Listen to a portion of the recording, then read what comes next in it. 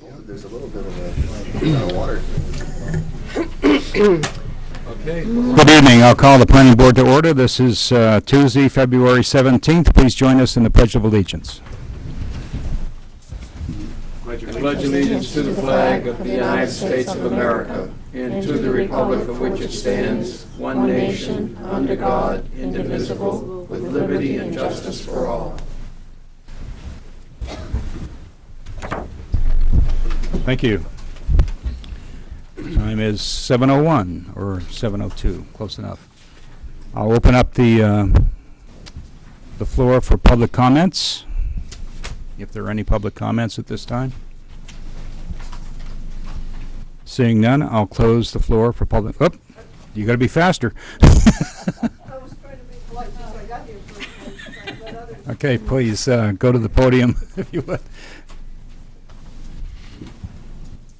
I'm speaking against the idea of having a historic commission. Excuse me, you need your Can we, your first off, we need your name and your address, and secondly, we will have a session for the historic district public hearing tonight. Okay, I'll sit down again. Okay, thank you very much. This session is for public comments that are not on the agenda tonight. And seeing none, I'll close the public comment period. Next on the agenda is the review and approval of minutes. Always an exciting thing. January 20th minutes. And are there any, I'm looking at Val, are there any comments, any changes on the minutes, draft minutes of the 20th of January? Rick? Yes, on page 8, well, they're looking at their reports, the very last paragraph, lines 36 to 40. What I actually said was that somebody at this meeting made the comment that this Housing Authority Committee did not apply to Newmarket because we already had so many apartments, and the point of the fact is, it is required. And mine were just taken, it said that the New Hampshire Housing Finance Authority said it did not apply, and that's not what was said. It said it did apply. It applies to all communities. Right. However, Newmarket has a very healthy balance of Yes, it multifamily and rental housing, and as part of our evaluation, we will document that for purposes of satisfying the law. Thank you for that. So please just make that change. Thanks. So the clarification will be that Newmarket may already comply? Yes. May. I don't know, I asked a question, they said it had to be, Just have to go through the looked at process. It occasionally. has to be evaluated, and we have to document it. That's correct. Just to. All right. Thank you, Rick. Any other changes? Val? Page 4, line 30, that should be minor site plan review. Add the word review and then capitalize those. Page 5, Could you back, sure, page 4, line 30. Site plan. It says right for minor site plan for use. It's a minor site plan review okay. is the actual motion. Okay. Page 5, line 9, sorry. Insert the word last, the last minute rush. Page 8, line 14, starting at shoreline. That should read Shoreline Protection Overlay District Ordinance, more consistent with state laws. And then just a general kind of housekeeping comment. I think we need to insert at some point in here that Chairman Badger had appointed Rick McMenamin to replace Peter Roy, because Rick is voting on several motions and seconding motions. That's a good point. I think it's in there. He does on the top of page 2, Missed that? first line. Oh, I'm sorry. I apologize. I did that. I saved you. There you go. Thank you. Great. Anything else, Val? That's all I have. Any other corrections? Make motion to accept the January 20th, 2009 minutes As amended. as amended. Is there a second? Second.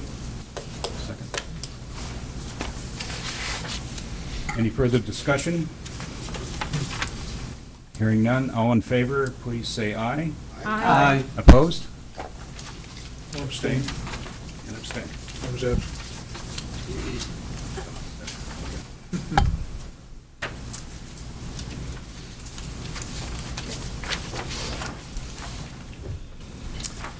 Okay, we'll move on to the regular business now. This is a public hearing on the draft Historic District Ordinance. I want to take a minute to explain the process. The town council asked the planning board to draft a historic district commission ordinance. And that's what we're doing. There are, I'm sure, tonight, people who support such an ordinance, and people who perhaps don't support, perhaps oppose the ordinance. It is my view, not necessarily the view of the rest of the planning board, but my view that if you support the ordinance or you oppose the ordinance, tonight is not necessarily the right venue to express your opinions. We don't pass and put into law the ordinance. The town council does that. We were asked to draft an ordinance, and that's what we're doing. So tonight, I appreciate everyone turning out tonight, and I hope there are a lot of expressions of interest in the draft ordinance. But we're not going to pass this tonight and make it part of the zoning regulations of Newmarket. That is the job of the town council. So when we call for your comments on the ordinance, what I hope the planning board will hear will be comments on the specific provisions of the ordinance. If you want to express your opinion with regard to supporting or opposing the ordinance, the town council is the right place to do that. You can contact your town council representatives, and you can schedule yourself to go to a public hearing or more than one public hearing before the town council. So I want to make sure that everyone understands that tonight what we want to hear, what we hope to hear as the planning board, is input from the town on the specific provisions that we've drafted. So with that, having said that, I would appreciate a raise of hands of everyone who would like to speak tonight, because we need to control the time. We have a busy agenda after this is over, and I'd like to have an indication of who would like to speak about the provisions of the draft ordinance that we have in front of us tonight. Could you raise your hands, please?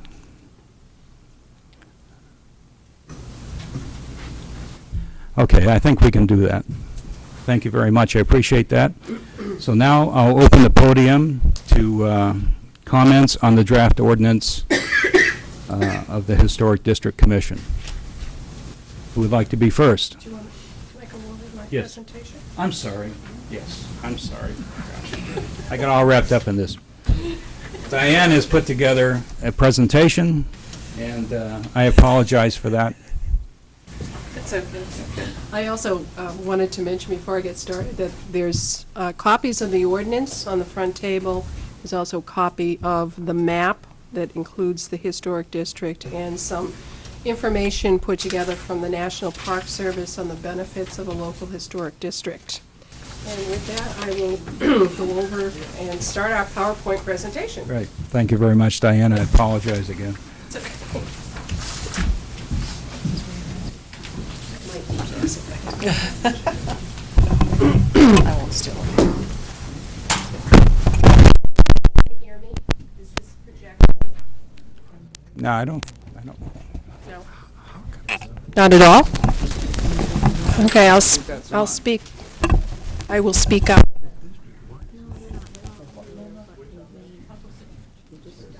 In the district because of the color.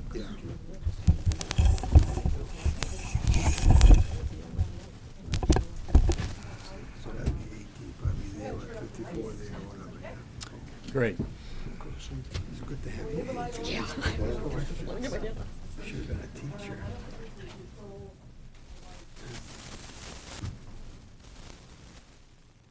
Go ahead with the presentation, Diane. Thank you. We're here this evening for a public hearing on a proposal for a historic district ordinance.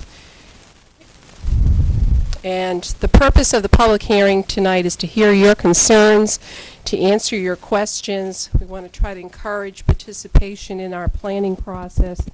And we're looking to the public for some input on the feasibility of the ordinance.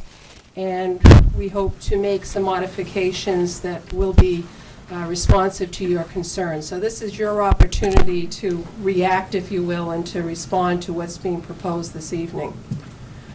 To give you a little bit of history, our local Advisory Heritage Commission presented a proposal to the Town Council in October recommending that a historic district be formed here in Newmarket and that there be a historic district ordinance and a historic district commission set up to administer that ordinance. The Town Council asked the Planning Board to review the materials submitted by the Advisory Heritage Committee and to come up with a recommendation on the formation of such an ordinance. The Planning Board has worked for the last 4 months in trying to come up with a draft to present to the public for comment, and we had 2 work sessions in which we invited members of the Downtown Business Association, property owners, business owners, and members of the Advisory Heritage Commission who helped us in developing a proposed zoning amendment. The overall goals of the Planning Board is to try to balance the interests of the downtown business owners, property owners, residents, advocates for historic preservation, and other stakeholders. And they are tried to come up with an ordinance that would provide some reasonable opportunities for adaptive reuse and development within the historic district and respect the spirit of Newmarket's master plan. The town's master plan was prepared in 2001, and there is a chapter on historic resources, and one of the recommendations of the master plan is that the town planning board develop and implement zoning and site plan regulations that preserve and protect the historic character of Newmarket. The proposed ordinance that's going to be presented tonight, it would be a mechanism by which that goal of the master plan would be implemented. The proposed ordinance creates a new historic overlay district in our zoning ordinance, and it is based on the Newmarket Industrial and Commercial Historic District as listed on the National Register of Historic Places. And we have a map here which shows the proposed boundaries. There's also a copy of the map over there if you'd like to look at that, and there's some smaller versions.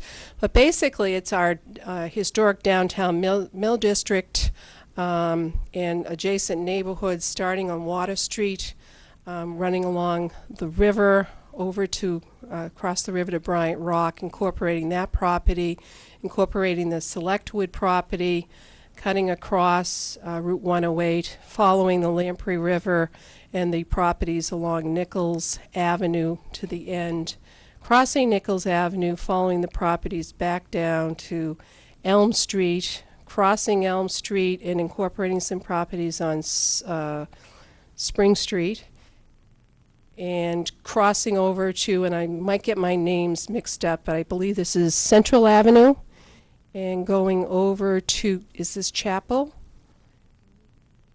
And following Granite Street down, incorporating the property where the housing development is on top of the hill in the former school, going down Granite Street to South Street, incorporating the old fire station and the St. Mary's Church property and the town office building, coming around, going down Jerry Avenue, crossing Route 108, going along the rear property lines of properties on Exeter Road, and crossing, again, Mount Pleasant, I believe, and going over to Creighton Street, and then back to the beginning at Water Street. So that's the proposed historic overlay district.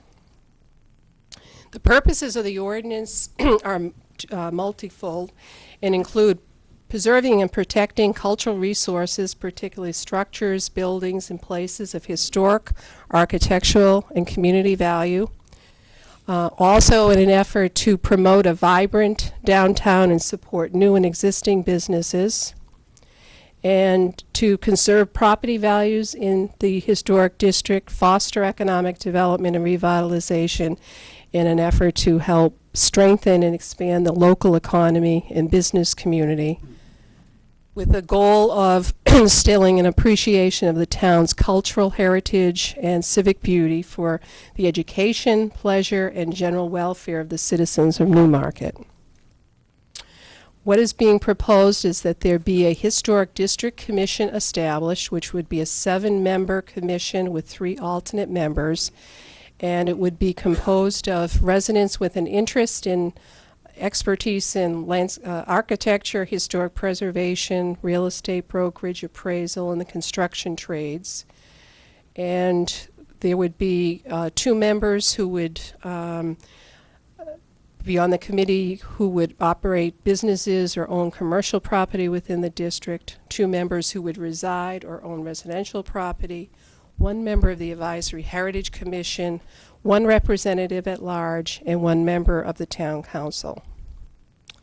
The overall responsibilities of the Historic District would be to administer the ordinance and to regulate the construction, alteration, repair, moving, demolition, and use of buildings within the Historic District, and that would be including just the exterior of the properties. The Historic District Commission would be charged with reviewing application in consultation with department heads and other folks who would have information to share to help with the process. They would conduct public hearings. There would be a public hearing requirement, and at the end of their process they would issue either a certificate of approval or notice of disapproval. And before the building inspector could issue a building permit, they would have to have either one of the certificate of approval in hand. The Historic District Commission is also further charged with adopting rules and regulations, and this is under the RSAs. It's proposed that there would be an annual report to the Town Council to help evaluate how well the process was working and to work out any problems that might have surfaced. Also, the Historic District Commission would maintain an inventory of historic properties and would provide other duties as set forth in the New Hampshire State RSAs. As an interim measure, the standards that would be used would be the Secretary of Interior's standards for rehabilitation of historic properties as found in the federal codes, and the idea here is that there would be an interim set of guidelines that would carry forward until such time as the Historic District Commission was able to adopt their own rules and regulations. In the ordinance is a provision for appeals, and this is right out of the state RSAs. Any application could be appealed to the Zoning Board of Adjustment within a certain time frame. There's a process for request for rehearing, and then within 30 days an applicant can appeal to Superior Court. There's also exemptions built in to the ordinance for situations where the building inspector can supersede the Historic District ordinance if there's an unsafe or dangerous situation that needs to be corrected for public safety reasons. The ordinance would be enforced by the building official or code enforcement officer, as is the zoning ordinance, and there would be penalties, and they're essentially the same penalties that apply to zoning violations, and that's all set forth in the state RSAs. And that is, in a nutshell, what is being proposed for us to talk about this evening. And I'd be happy to answer questions if the public has them. And with that, I'll turn it back over to John. Great. Thank you very much, Diane. And again, I apologize for getting out of sequence here. Thank you. So now we'll open up the podium to those who would like to discuss the draft Historic District Commission ordinance. And again, I would encourage anyone to please speak to the provisions. Who would like to be first? Somebody has to be first. Please, when you come up, if you would state your name and your address, I'd appreciate that. My name is Barbara Briggs. My address is 20 Chapel Street here in Newmarket. I have several concerns about this. I think you are proposing to create another layer of regulation. It is not clear from anything anyone has said that another layer of regulation benefits the general welfare of the citizens of Newmarket, as stated here.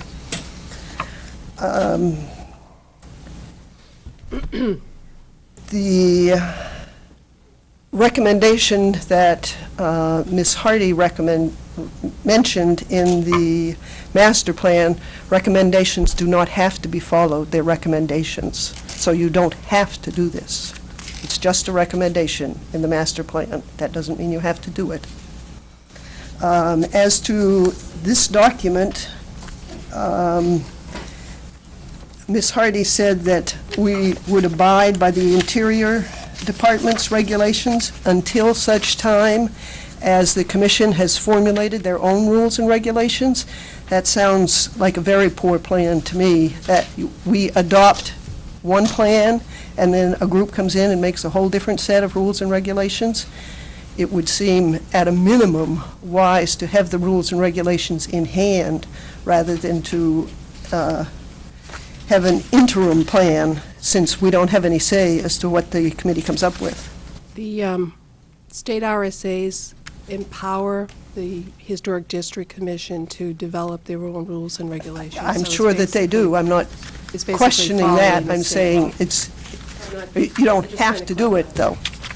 As to the recommendations themselves, it says here on page 6, item number 1, review of applications, requesting reports and recommendations regarding the feasibility of the applicant's proposal from the planning board.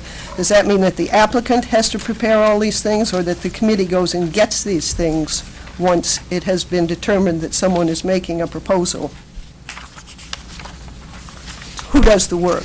The committee or the applicant? Committee. So the committee I think it should state that clearly. Also, you said it was for exterior only. There's absolutely nothing in these recommendations that says it's exterior only, and in fact, some of them could be read specifically to mean interior as well as exterior. Now, we have already picked up on that. Okay? Well, all I can go is what I have here. The other thing that I'm concerned about, I went to a meeting of the Historic Advisory Committee on the 23rd of October, and the suggestion was made that the granite steps on one of the properties on Exeter Road, the granite steps should be removed because they were deteriorating, and they would be replaced with wooden ones. You can go see the granite steps. They're all piled up there. They don't seem to be deteriorating. The nature of the decisions that I've seen is extremely whimsical. I would not want to hand over decisions that are affecting property owners to people whose decisions were as whimsical as that one was. You can see they took up the old granite steps, and they're replacing them with wooden ones. And that was okay, because the steps were deteriorating. So I'm against this, as you have drawn it up, and when I get the chance to speak to the town council, I'll speak to them too. Well, they will make, as I said earlier, they'll make the final decision, And I would encourage you to express your concerns to the town council. I will do that. My concerns here tonight, we got those, though? I mean, I have some concerns even about what you have here. We've made notes, yes. Thank you. You're welcome. Next? Anyone? Yes, sir. You have to excuse me, I'm probably a little nervous, but my name's Richard Gilbert. I live at 16 Chapel Street, right next to her. I'm totally opposed to this ordinance. I'm totally opposed to any ordinance that tells me what I can and can't do with my property. I keep my property up. I've lived in that house for 45 years, and as long as I keep my property up, I don't see any reason why anybody tells me what to do. As far as the presentation, they talked about keeping the historic nature of downtown. I think the town destroyed that this last summer. I've lived in this town 75 years, and I never saw any wide sidewalks or metal lamp posts or a fence in front of the post office. What's historic down there now? Morelli's? Yeah, that's historic. The bandstand / war memorial is historic, which they wanted to tear down when they first proposed the redoing of Main Street. So I don't think this ordinance is necessary, and I don't think it should be enacted to tell people what they can do with their property. If they want to, if you approve this ordinance, they want to pay my taxes, good luck. Well, as I said earlier, sir, thank you very much. We don't approve it. We're working on a draft recommendation, that's all. Thank you very much. I think it should be drawn up. Yes, sir.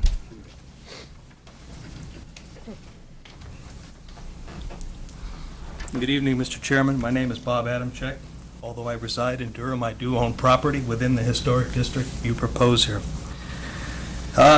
In spirit, I support the idea of historic preservation of this town to a certain degree. In fact, as a former member of this board, I helped author some of your architectural review regulations. And I also was in favor of the historic advisory committee, which you have in fact today. However, I feel that this ordinance, as you have it written today, is not ready for prime time. I think it's a little premature, and I have a little concern over the use of the Secretary of Interior standards for rehabilitation. They are very good standards if we're going to apply them to Strawberry Bank, not the town of Newmarket, which is an evolving commercial district.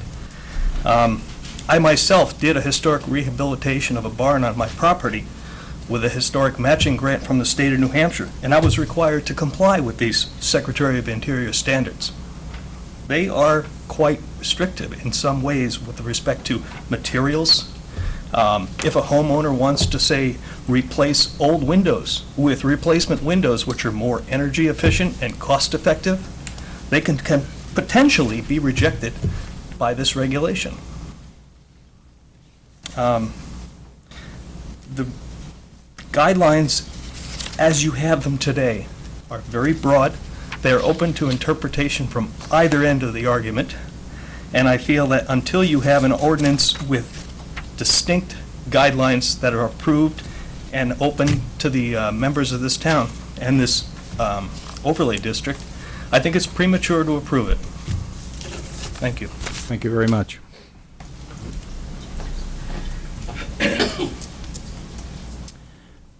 Who would like to be next? Anyone else?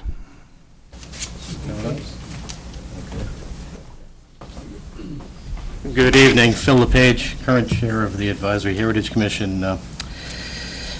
Indeed, I've said this before the council and the planning board, the most successful downtowns across America are those in historic districts, if they, of course, they have the value of the history behind them, of course. But I'd like to congratulate or thank the planning board, particularly concerned about the makeup of the proposed Historic District Commission. I think the mix that you have provided will help guarantee that interest of anyone in the Historic District or adjacent to it will be indeed protected because because of your mix of membership that you've proposed in this ordinance. So that's about it. Clearly, I'm in favor of this. We've invested $5 million some odd in our downtown. What's left should be protected so we don't get a Burger King where we have a community church. One thing I would like to address, something that Barbara said, the steps down on Exeter Road. The Advisory Heritage Commission did not weigh in on those. That was mentioned by our code enforcement officer, and there was nothing to stop the removal of those steps and the placement of wooden steps there. So we didn't get to weigh in on those. Those could have been restored. You mentioned And it it's- at the meeting. She brought it up, and everyone else agreed. Okay, at the let's October go. 23rd Yeah, meeting. we won't have this dialogue, but that's about it. So thank you. Thank you for Thank your you very work on much. this document. Anyone else would like to speak? Yes, sir. Sorry, Mike, I thought nobody else was going to come up. Jerry O'Connell, 26 Grant Road, and you all know me. I've been here before. The one thing I've had a lot more feedback than I did the last time, which is good, from people around the downtown and so on. And I have a very short point to make on one of the things that I had talked about before, and that is the makeup of the commission. One second. I think also, yeah, let me go to the makeup of the commission first.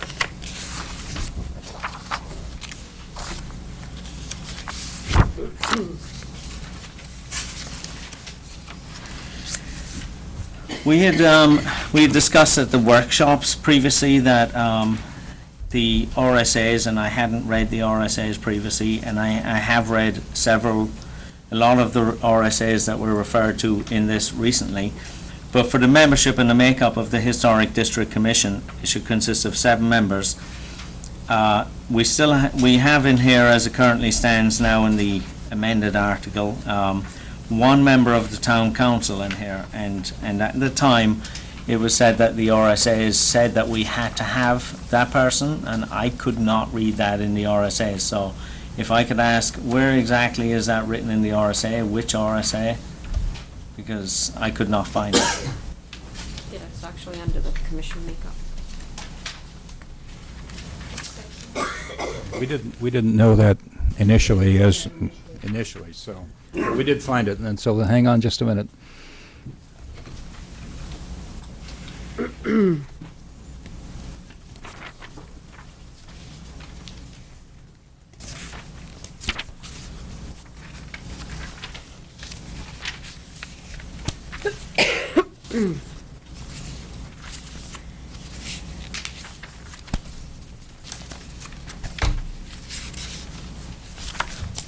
In the meantime, Shall while I our continue with crack others? legal team is checking this out, Okay, as I said, I have had some feedback from others. Sounds right. Okay, could 673. could we have that read out exactly as to what it says? You have it? The Historic District Commission shall consist of not less than 3 members and no more than 7 members, who shall be appointed in the manner described by the local legislative body. Each Historic District Commission shall be a resident of the city or town which establishes a district. 1 commission member shall be a member of the local governing body, and 1 commission member may be a member of the planning board. Not more than 5 alternate members may be appointed. When the alternate sits in absence or disqualification of a regular member, the alternate shall have full voting powers. In determining each member's qualifications, the appointing authority shall take into consideration the appointee's demonstrated interest in understand, appreciate, and promote the purposes of the Historic District Commission. Members of the Historic District Commission may also serve on other municipal boards and commissions, including but not limited to Conservation Commission established under the RSA and a Heritage Commission established under those RSAs. So This 6, is 7. what- It was in my box. Can I give it to Jerry? Yeah, why don't you give it to Jerry, please? Thank you, George. I knew I saw it someplace. 673.4. Yeah. I did, I emailed it to you. That's right, thank you. Is it the right Now, one? and It's in the Historic District. I did have a lot of them pass by you, Diane, which thank you very much, but I don't think this was one of them. Okay. Um, Historic okay. District Commission section is kind of dispersed throughout the RSA's. It's like in 4 or 5 different places. So it's hard to, So where it Fine, shall be a sometimes. member of the local governing body, we look on that as the town council. that's the town council. Okay. I just want to make a point to the fact that Chairman Badger said earlier about people looking specifically at this as the ordinance and making comment on that and not having the town council, that the town council ultimately makes the decision. And I think that people are afraid and certainly cautious of what comes out of this going back to the town council and getting voted on that night without a public hearing, if you like, and not getting a chance to speak. So I think that's what people are afraid of. Can I address that? Please, go ahead. Once this is forwarded to the town council will have its own public hearing. They're required to under the state RSA's, but also under their own charter provisions. So there would be a first reading of the ordinance, and then there would be a second reading, which would also be the public hearing. And they could, at that public hearing, adopt it if they so desired. Right. Because so the public would have a chance to So have there their would be say. another opportunity for the Good, public to because I was under comment that and provide impression as well, feedback. that once it went back to the town council, it would get voted on. From the planning board, it's just a recommendation. Okay. And we're trying to make the best recommendation possible because that's what the town council asked us to do. Now, the town council can accept it, they can reject it, they can modify it themselves, they can say, we don't like this, and send it back to us. There are a number of things that the town council can do, but it's through public hearings. And as I said earlier, concerned citizens should address their town council representatives and the town council at the public hearing. Judy Carr is our town council representative. Okay. All right, good. I just wanted to make that point, that's what some of the people were having the impression Now of, this- certainly myself, and were afraid that whatever came out of this, because I had said to people, this may be your last chance. No, it's not the last chance. So, no. okay. It might come back to us, who knows? All right, I'm going to, one of the members of the MBA, along with a couple of other members, or several other members, had sat down and looked at the ordinance, and this is the feedback I have, and I'm going to go over what they've given to me, and basically I'm speaking on their behalf tonight. So going over the whole thing, and this is I'm going to be, I have to warn you, I'm going to be repeating a couple of things here because it's very similar. So going over the definitions and each piece by piece, now under number 1, amend section 1.11.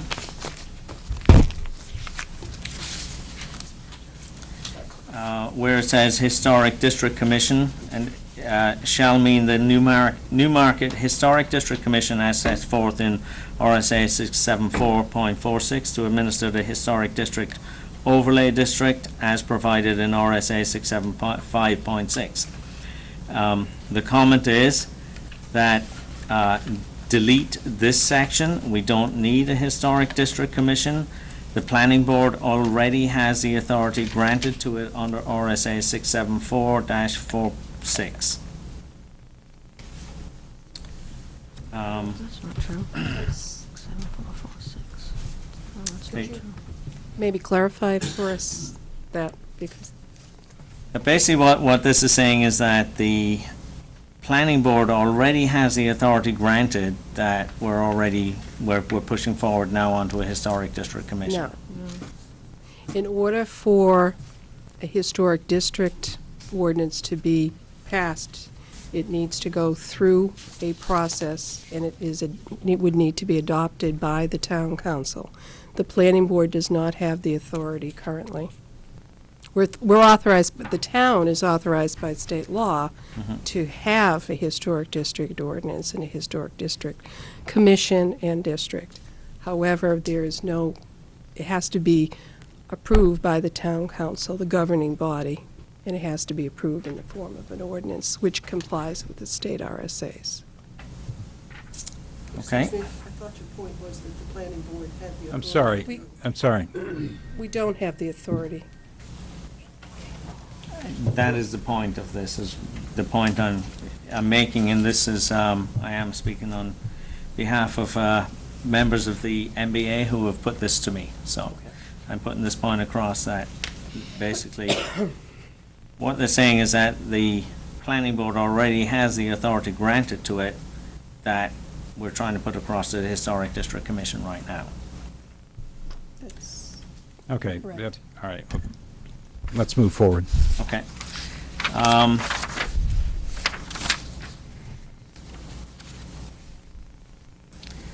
And under, part of that is like under 674, the local land use and planning and regulatory powers is historic district section 674.46, which is what this was pointing out. Authority granted for the purpose of this subdivision, the local legislative body of any city, town, or county in which there are located in unincorporated towns or unorganized places shall have the authority by ordinance to establish, change, lay out, and define historic districts. Within the district, the municipality is empowered to regulate the construction, alteration, repair, moving, demolition, or use of such structures and places. And that is basically what Doesn't is being apply said That's to as what the we're, historic and, district. and this is the ordinance that would have to be adopted in order to allow that process So even to though go it's forward. already in those RSAs, Can I just explain for a minute that okay, we, as municipalities here in New Hampshire, we're creatures of the state. We are only empowered to do what the state law authorizes or empowers us to do. So the state RSA is an enabling legislation that says that municipalities can adopt a historic district ordinance, can adopt a district. However, you have to meet certain criteria. So just because it's in the RSA doesn't mean we already have the authority to do it. We have to be authorized by ordinance to do that. Does that help to clarify it? I think he's asking if the planning board can't already make the suggestions and that the Historic District Commission would ultimately make. No, that's not correct. okay, I mean, and that is going to be the whole theme of this. It is very much so that You're suggesting that, potentially the planning board already has and can put into place with some amendments what they, all of the ordinances that they need to, and all the points in here, they already have the power to do that without adopting a historic district commission. John? Could- John, I think the other issue is that, particularly if you look up here, we are incorporated as of 1727. 674-46 applies to unincorporated towns or unorganized places. So that RSA doesn't even Doesn't apply to apply Newmarket. to Newmarket. Because we are incorporated, therefore we're falling under a separate section of the RSAs. Okay, well, just going back to 1.1 on that, it's the draft ordinance says the Historic District Commission shall mean the Newmarket Historic District Commission as set forth in RSA 674-46, which is exactly Established. It's established pursuant to it. to administer the Historic District Overlay District as provided in RSA 675.6. But So that's a Maybe different that's an RSA. incorrect, if we're saying Citation. we're unincorporated, then why are we using that RSA in here? yeah. That's a good It needs point. to be looked at. I guess my reaction is that the planning board is not going to become the Historic District Commission. Oh, you know what? And Whether, Yeah. whether you or others think we're authorized or not, that can be determined, but I don't see the planning board becoming the historic district commission. George, did you have And- a comment and- you wanted to make? Never mind, no. And I have to say that neither do we. We see that, and as I go through all this, and we could be, as I said, I could be repeating myself over and over here, but it's that the town has the ability to put in all of these regulations already and keep an advisory heritage commission as opposed to adopting a historic district commission. The Advisory Heritage Commission is strictly that, an advisory group. And there are some regulations or some provisions pertaining to site review where they can provide comment to the planning board, and the planning board can adopt them. But as far as alterations to buildings, signage, repairs, that sort of thing, to an individual property that doesn't come under site plan review powers of the town, we don't have that authority. Okay, but if somebody wants to change their property right now, they have to go through a process. Does that mean that if they want to change it away from, if they're within the historic district right now as we have it from 1980? The planning board has site review powers to review multifamily developments over 3 units or greater, and also commercial development, but that's for new development and for conversion of use, and that comes under our site review powers. But that doesn't give us the planning board the authority to make specific requests on the exterior of the building, and it can be done in a very cursory way, but it's not a mandatory requirement. Okay. All right. We do have limited time if we can move on. Okay. I'll try, but Go ahead. Jerry, but to go one step further, to solidify one point that Jerry has made, if there is a reference, an incorrect reference in that particular section. We can correct that, yes.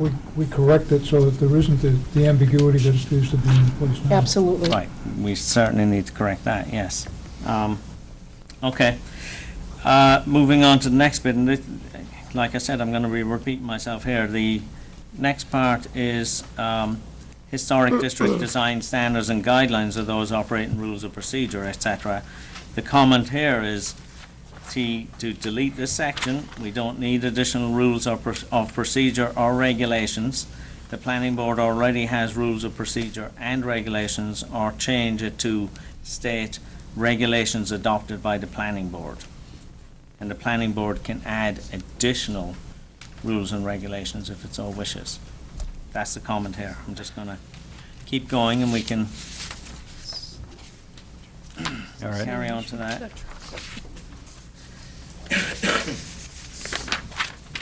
The next part is B, overlay district boundaries on page 1. If boundaries may be amended, does this mean property owners can request to be removed from the local district? And if so, would it be the town council that amends the district, and what would the amendment process be? I can answer that question. It's the same process for amending any zoning ordinance, whether it's a change in the map or a change in the regulation. It can be done by the town council after a public hearing, and the town council will forward it to, usually, I assume they will continue to, forward those ordinance changes to the planning board for a recommendation. It would be basically the same process that we're going through right now, and all the process itself is outlined in the state RSAs. Okay. Next question is, for the record, when the properties were listed on the National Register of Historic Places in December 1980, they needed a 100% approval from the property owners, which they did obtain. Should we not ask the property owners if they want to be in this local historic district right now and amend it accordingly? Mr. O'Connor, I don't believe that there is any requirement, or was a requirement, that there be 100% approval of the property owners. I believe that's misinformation. Okay. maybe it wasn't that 100% was required, but there was certainly 100% of the property owners had to be asked whether they wanted to be in it or not. Maybe as a courtesy in the process, property owners were asked, but there's not, that I'm aware of, there's not a requirement for a National Register District nomination to have consent, 100% consent to the property owners. There are other people here this evening that can address that I question. was just going to say, and I would like to ask that question of Mike Provost, if I Okay. could. Mr. Chairman, it's at your discretion. Sure. Let's have that.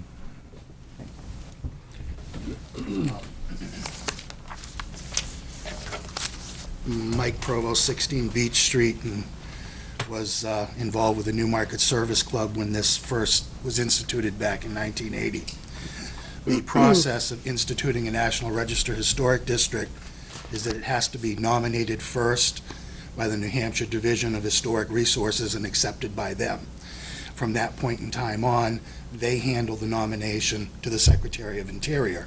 At that point in time, every single property owner in this district was sent by registered mail a copy of the listing of their property, its description as to whether or not it was contributing or non-contributing, and they were given an opportunity to vote or to disagree with being part of that district at that point in time. It is majority rule, it's not 100% agreement in the district, and if there were any large numbers of disagreeing votes at that point in time, the district would not have become a reality. And that would be a matter of record in the New Hampshire Division of Historic Resources, because they're the ones that forward that nomination. But everybody locally did have, all property owners at that time, the opportunity to vote on inclusion of that district. So that clarifies that. Thank you very much. So I guess that remains the question, is whether we should ask the property owners if they want to be in this local historic district, and I guess that's what public hearings are about.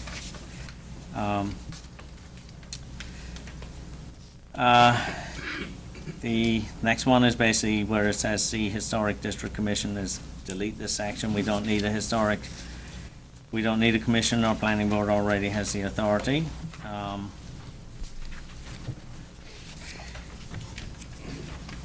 C1 is authority pursuant to RSA 674.46, which may or may not be right now if I'm understanding that. The town is empowered to regulate the construction, alteration, repair, moving, demolition, or use of structures and places within an established historic district. And the comment is that this statement confirms that we don't need a historic district commission.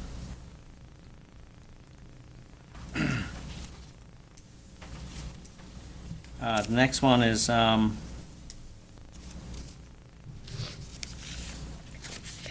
we had an A here. I don't see that on here.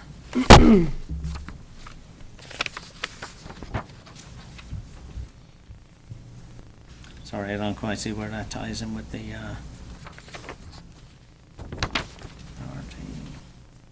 oh yeah, this is also in C1. A historic district commission is hereby established within Newmarket with all the powers and duties of a historic district commission. And again, we have delete this section. We don't need a commission. Our planning board already has the authority to administer this ordinance and any regulations. And we're going the same on here on number 2, membership.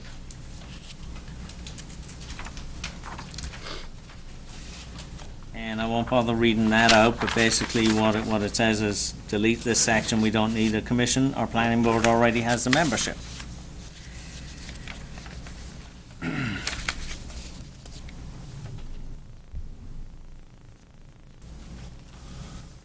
Membership, the makeup of the membership under E, we have one member of the town council.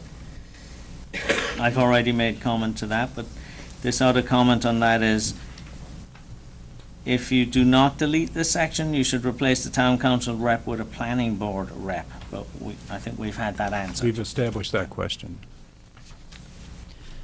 Commission members shall have expertise or an interest in one or more of the following areas, etc. the comment here again is delete this section. Who is going to determine expertise? An interest would already be implied when a person puts in an application. And then going down to 3 and number 2. Same comment there, so I'll skip that. Delete this section. Actually, the wording's a little bit different, so I will read it. Delete this section. We don't need a commission. Our planning board already has an appointment I think you've process. established that, that So, direction of your comments. Can I ask a question about that? Certainly. It sounds like we just established that the planning board doesn't have that authority. What about the zoning board? That's a zoning board of adjustments. Right, They're just an appeals board. Yeah. right.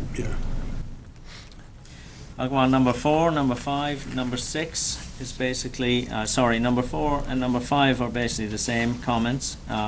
Okay. Number 6 is basically change Historic District Commission to Advisory Heritage Commission. And the same for number 7.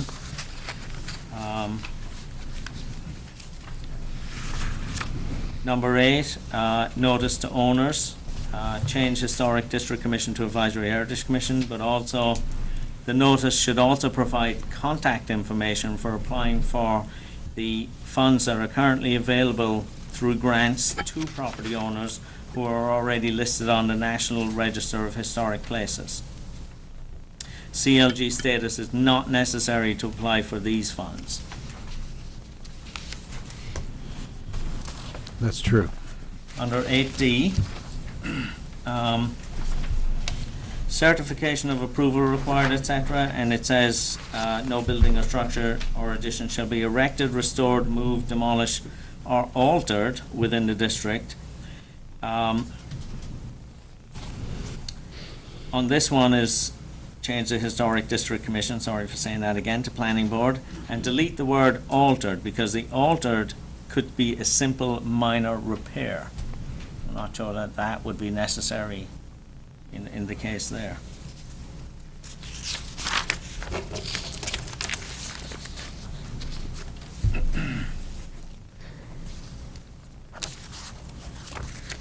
And under E, Historic District standards and guidelines, it deletes this section. The planning board is already empowered to act and can, if necessary, add additional regulations, and I guess we're saying it's not. On the Secretary of the Interior standards for rehabilitation, and this has already been mentioned, that those are seen to be quite strict, but if we don't have to abide by these by creating a commission, etc., to have the power to administer rules and regulations without knowing what they are. Sorry, let me say that again.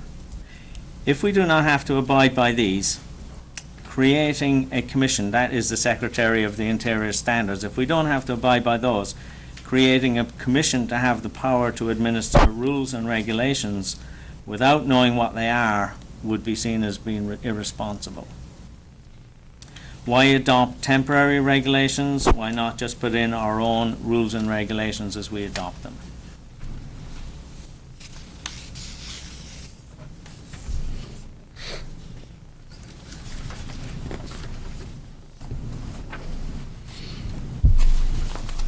Just going down to number 1 under the Secretary of the Interior standards for rehabilitation. A property shall be used for its historic purpose or be placed in a new use that requires minimal change to the defining characteristics, etc. How is this possible to use each property for its historic purpose? No, these are just drafts. Right. you know. I know, those are the standards of the, Those are. They're also Area. guidelines. which we would be adopting if we take them in, whilst we're waiting for the They're others to be. guidelines. The guidelines and the intention here is that they're interim. Okay.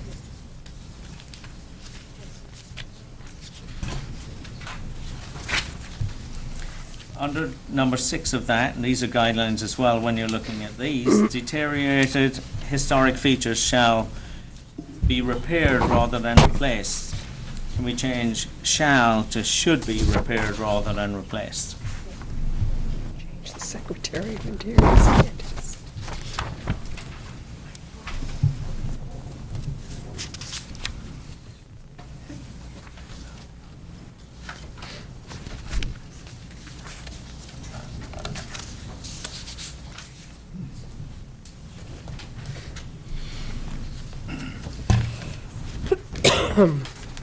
Under F, review of applications on page 6, number 2, seeking advice from professional, educational, cultural, or other groups or persons as may be deemed necessary for the determination of a reasonable decision.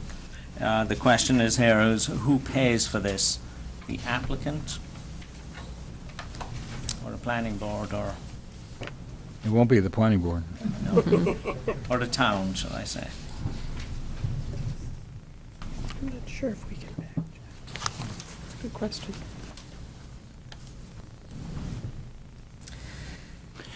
Okay, the next one is under G, certificate of approval, notice of disapproval, and we've already touched upon this in the workshops. The comment on the 45-day, the 45 days that the Historic District Commission would have to approve or not approve, and with public hearings, that it's basically going to be a lot of public hearings, and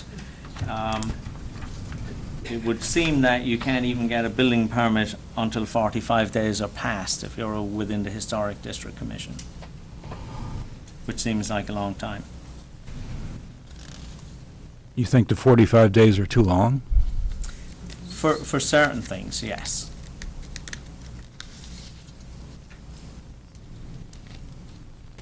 It would seem a long time. If somebody applies for, and this is my impression, if somebody applies for a building permit now, how long does it take? Outside of the historic district? I have no idea. 3 to 4 weeks. Okay, And so that's we're talking assuming that it 28 days doesn't maximum. have to go to the planning board, or it doesn't have to go to the zoning board of adjustment. So we're talking against 28 days versus 45. Versus an additional 45. Would that mean an additional 45? Okay, so that would seem extreme.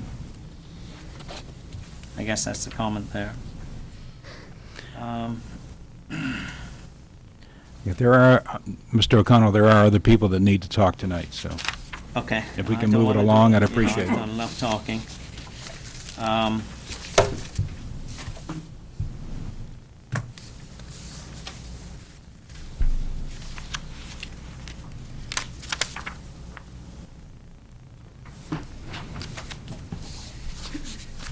I'll finish up with these comments that are on the end of it.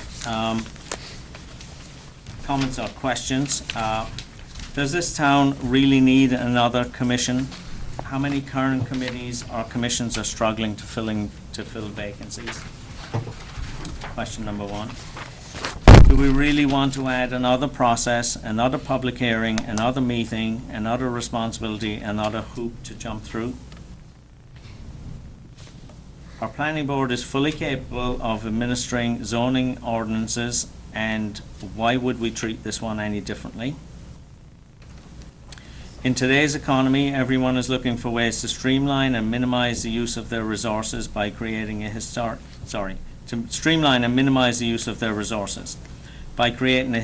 district commission when the town already has a planning board which already has the authority that would be given to this commission. It's a waste of time, money, and resources. Okay, thank you very much. Thank you.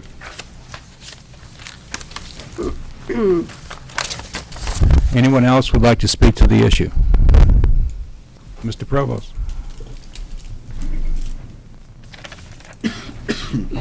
Michael Provost, 16 Beach Street. Just would like to congratulate the planning board on their enabling legislation for this ordinance proposed.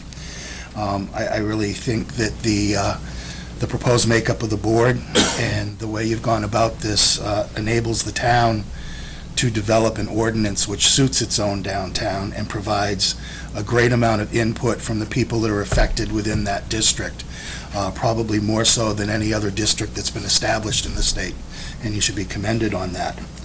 And as far as the Secretary of the Interior standards, having dealt with them on many different levels, there is, the first paragraph pretty much is overriding the rest of those regulations. And if you take the last sentence in that first paragraph on page 4, it says the standards are to be applied to specific rehabilitation projects in a reasonable manner, taking into consideration economic and technical feasibility.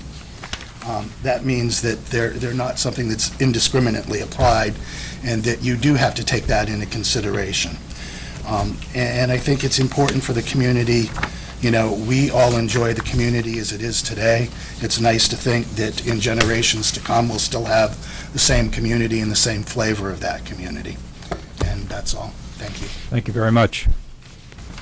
Anyone else? Yes, ma'am.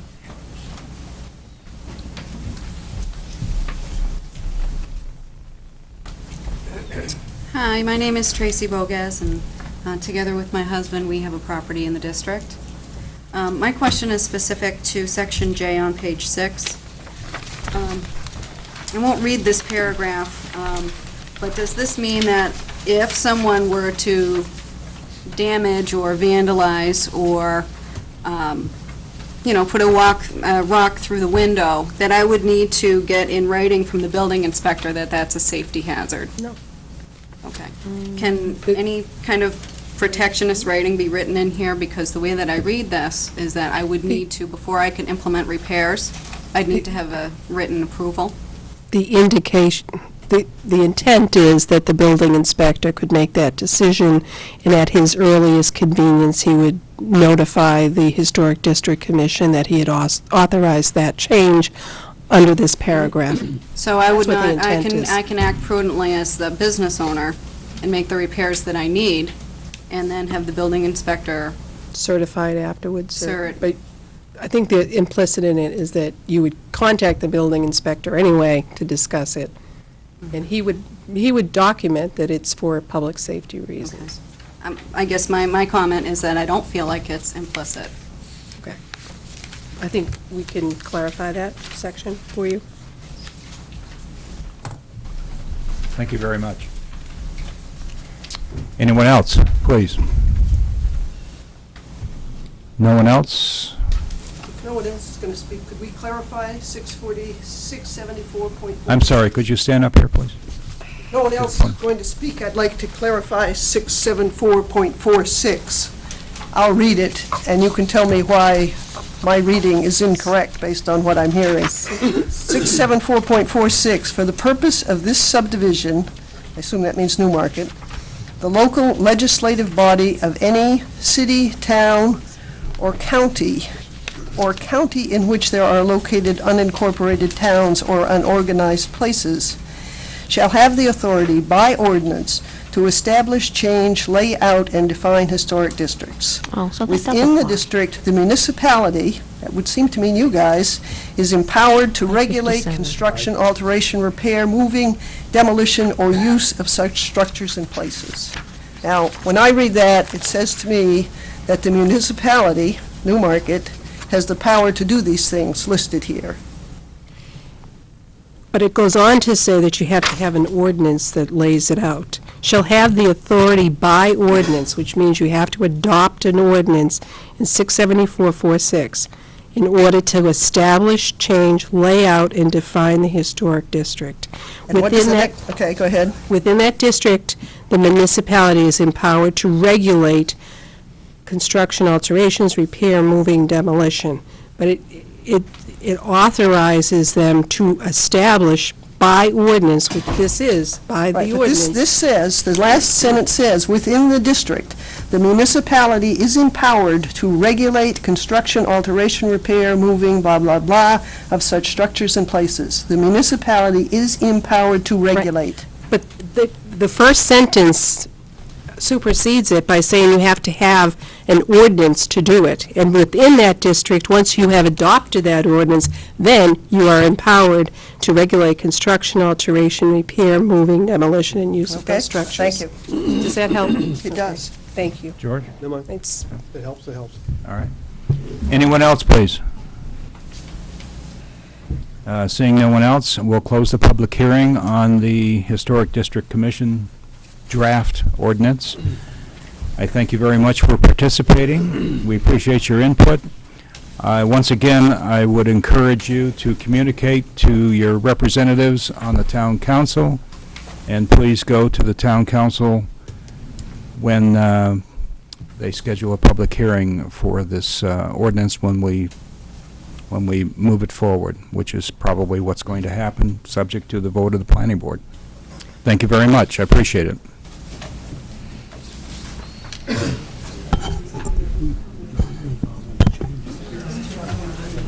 Next on the agenda,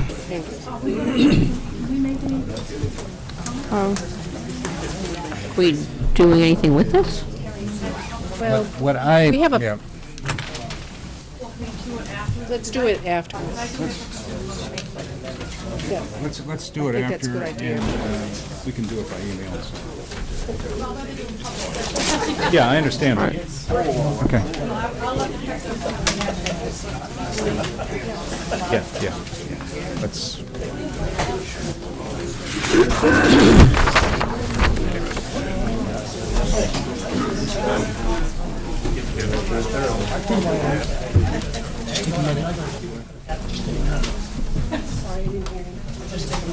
Oh, okay. Take your time. Do you want to use the computer? Is there a CD now?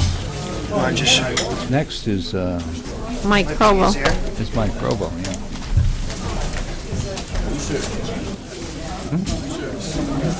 Mike knows it.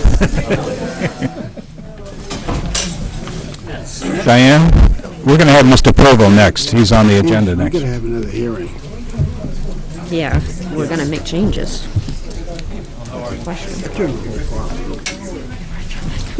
Okay, let's get back to the meeting here. Next on the agenda is Mr. Mike Provo, who wants to talk about an application for the designation of Route 108 as a federal scenic highway and byway. My name is Mike Provo again. I live at 16 Beach Street in Newmarket. I'm currently working with the Stratford Regional Planning Commission. They are preparing an application for a proposed Can we get some, please, can we? scenic highway and byway designation for Route 108 and Route 4. Basically, sorry, I apologize, I do not have enough for each and every one of you. I can get them to you. This basically is a map of the proposed route, starting in the town of Exeter and running up through Rollinsford, and then conceivably could be carried on up into Maine. The proposal is for a mills and water-powered scenic byway. There are not more than 4 right now that are designated within the state. The Connecticut River Valley is one. Route 1A and 1B in Rye are another. The process requires that you prepare an application documenting the importance of and the connection for this byway, which of course is following the routes of the mills and things like that, being anchored in Exeter with the American Independence Museum, coming out through Newfields on 85, currently connecting with 108 in Newfields, coming up through Newmarket on 108 into Durham, up through Madbury, into Dover, and in downtown Dover, heading up Route 4 through Rollinsford on into Maine. This is just one of the first communities that have been approached. We're looking for support for the process. The regulations are attached to this, the federal regulations, but first you have to meet the state ones, and at that point in time, in order to move forward from the state and become a federally designated byway, you have to establish a corridor management team, which is made up of representatives from each community. And basically, this does not affect bike routes or things like that in the communities that the state is planning. It just says that anything that would be going along this would match the character of what's established there in the districts that it's going through. The good side of doing something like this is that it does bring some federal designation and monies available for promotion of this district is an economic development tool to bring people through the communities that are along here. Also, it can help with providing infrastructure in these districts, such as pullovers, rest areas, picnic areas, things like this, and signage for these highways. And it also looks at establishing basically, you know, an overall management plan for that highway that's based on the input from the communities. So basically, at this time, we're just sort of getting the information out there and looking for support from the communities in the process and preparing the application. And if you have any questions, I'll do the best I can to answer them. Yes. What responsibility does the town have should this designation take place? Basically, the responsibility is to have a person, representative, that will be appointed to this management team. It also does talk a little bit about they don't like billboards on these areas, so they look at the type of signage that can be established along these routes. And you definitely have to help develop that management plan. It's interesting to note that most of Route 108, except for the golf course, is fully developed. So our management plan, pretty much this time, is going to follow the zoning ordinances that are in place for those areas. Is there any funding required from the There's town no of funding Newmarket? that's required for the community for this. The application is being prepared by Stratford Regional Planning Commission within their budget. The date for application is June 1st at this point in time. The other communities are being approached. We're meeting in Durham next week with their Historic District Commission. We've also sort of given a heads up, I'm going to be asking to go on the town council agenda also. The Heritage Advisory Commission, Historical Society, Community Development Corporation, and things like that within Newmarket will be approaching us.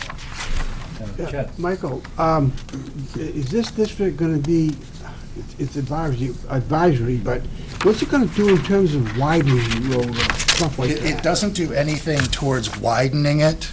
That's also part of your management plan that you develop. It looks at keeping it pretty much in the area that it's in. I mean, it doesn't say that you can't alter it. It just says that if you're altering it, you keep it in the context of what's there. So in other words, it's not going to say you don't want a 4-lane highway through the middle of downtown Newmarket kind of thing. Would be part of your management plan. Or the same thing through downtown, Newfields, where you start tearing out everything and things like that. So. And it doesn't keep you, right now, there's a proposed bike route along 108. It doesn't keep you from doing the bike route. But it can help to provide amenities. And what it does is it has all these communities looking at that corridor and trying to do it in the same manner and the same type. And as communities working together to promote that, to bring people into those communities. The restaurants can benefit by it, retail stores can benefit by it, attractions that are along that area, like golf courses and things like that, can also benefit by that. And it is listed and promoted federally and both on the state level, once you get to the federal portion of it. But you have to get through the state acceptance first. And initially, this is what they're preparing right now, is that application for the state. I have a question. It's 108. Most of the downtown is already established, but you have how does it going to affect, there's a piece of property that last year was talking about having a small grocery store in. Mm-hmm. Is it going to affect the type of development that can go on this Route 108? Say if someone buys that property and comes back and wants to put a store in there, are we going to say, well, we can't because we're on the scenic highway now? Or if we No, rezone because the golf course and if something else anything to go that's in? that tight, I believe, under state law and federal law, it constitutes a taking of property. So that it can't do that. What it can say is take into consideration what that property would look like, the setback from the road and things like that, so that it looks like it fits in the area. So what are you looking tonight? Are you looking for a letter of support from the planning board as an Basically example? looking for an indication of support in the process and participation in the process. Okay. And, I can forward exactly who that letter should be coming to, but I know you need to discuss it as a board and things like that. Sure. This is just sort of a heads up that this application is in process with these communities. And you're meeting with other communities along 108? Right, they will be meeting, Bill Prue over at Stratford Regional Planning is the person that's in charge of this actual application process. All right. So there's nothing in the works to say they're going to modify this road at all, 108? No, not as part of this application process. Okay. You know, And you know. do you see anything in the future of something like this happening? Well, I think the major modification that we're looking for along 108 would be the bike path Yeah. that's proposed to go through there. Because I think it basically was originally supposed to go from Exeter all the way through into Dover.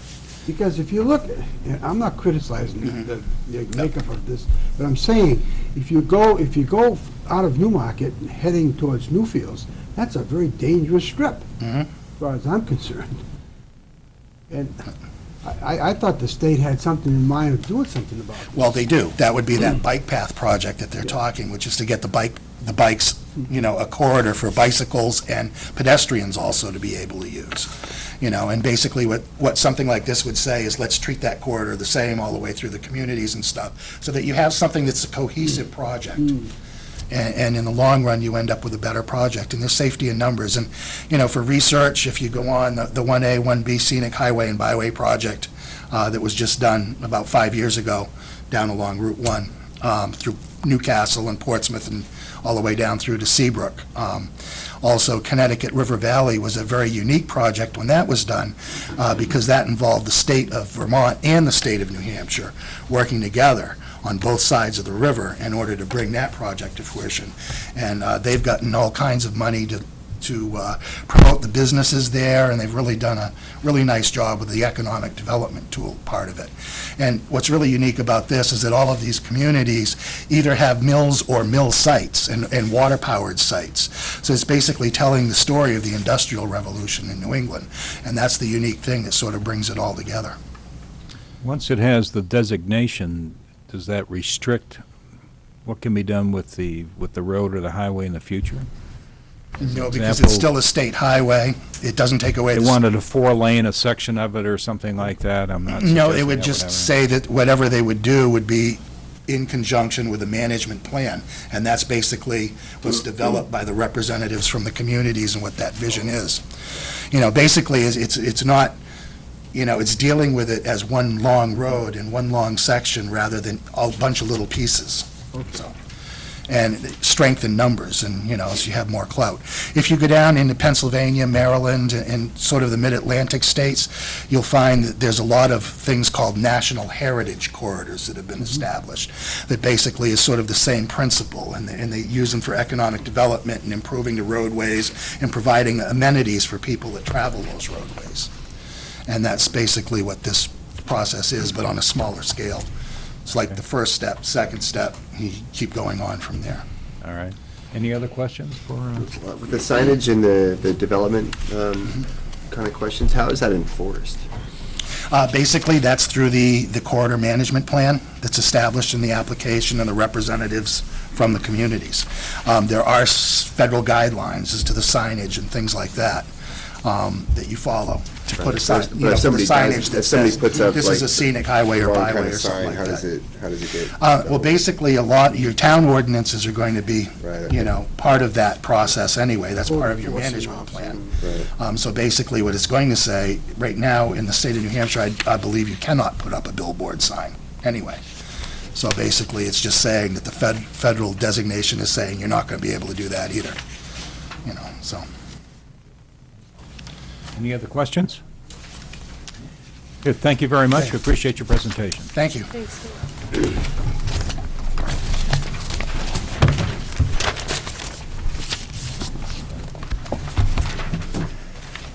Because I thought the state was going to do something with that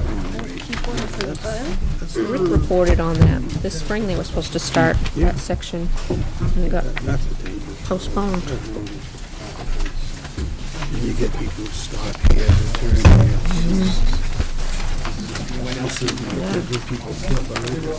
We know Good, that. thank you. Next on the agenda is a public hearing for application for lot line adjustment and subdivision. This is the Bossinger, I hope I pronounced that correctly, 2006 Family Trust, Elliot and Sandra Bossinger trustees. Tax map R4, lot 57-9, David and Linda Dodds and Jacqueline Berg. Tax map R4, lot 57-6, R1 zone.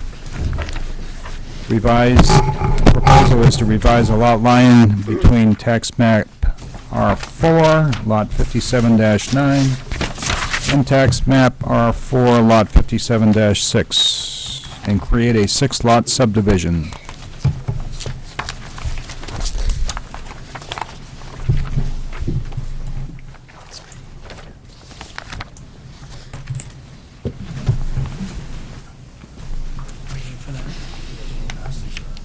We've had this sitting here so long, we figured, let's see if we can use it. I think that's the world's oldest computer, but I'm not sure. It might be a gerbil and a treadmill in there.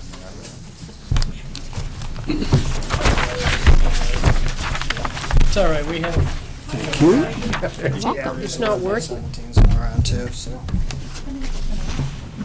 Jerry. This is 2 PowerPoint presentations in the same evening. This is high tech. Hey, we're really moving into the 20th century here. We gotta modify this whole thing. You gotta make this more friendly using just this whole thing. 2 maps? One. Two? There's 2 different ones? Wow, we don't have those. You gotta check. Send it. Oh, Same here. there's 2. I thought there was just one. Good. This one for you. One for them. We gotta get those rules of procedures passed so we don't keep getting new information. Yeah, I think we'll put this up also. Right. I think You want to accept this? maybe the laptop there needs a couple upgrades. Probably more than a few. I can start if you're ready. Okay, I think we're good. Good evening, my name is Bill Doucette. I'm presenting a lot line revision and a subdivision that may look familiar to many of you. We were here about a year ago, I guess. And we had taken this project fairly far along. There had been a technical review committee. We had had sidewalks, walked along the proposed road line. And then one of the complications that there was in the ownership is that there was a part owner in Russia. And to get documents all finalized, that took a bit of time. And there was also if you may recall when we did the sidewalk, and I know that's quite a while ago, but there was a woods road running through the property.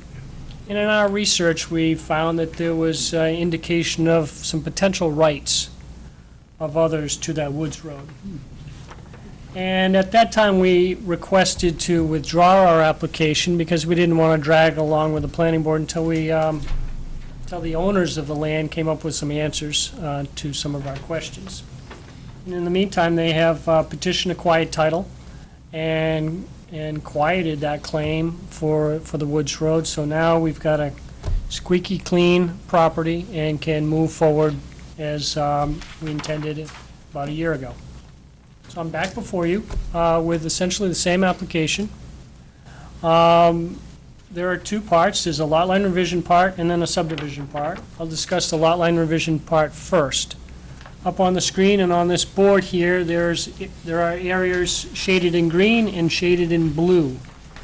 The current lot line today is along the straight line here, around a little curved bulb there, and then straight again. So we've got a parcel over here that's about 17 acres in size, and a parcel over here that's about 10 acres in size.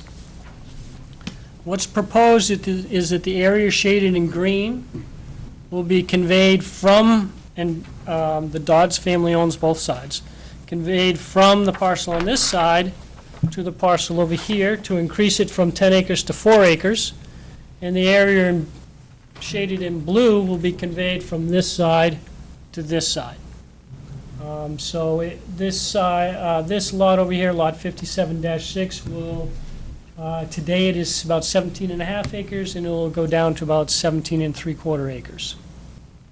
That's the lot line revision. Now, the obvious question is, why is it shaped like that? Or why is it proposed to be shaped like that? That's an easier question than why is it shaped like it is today.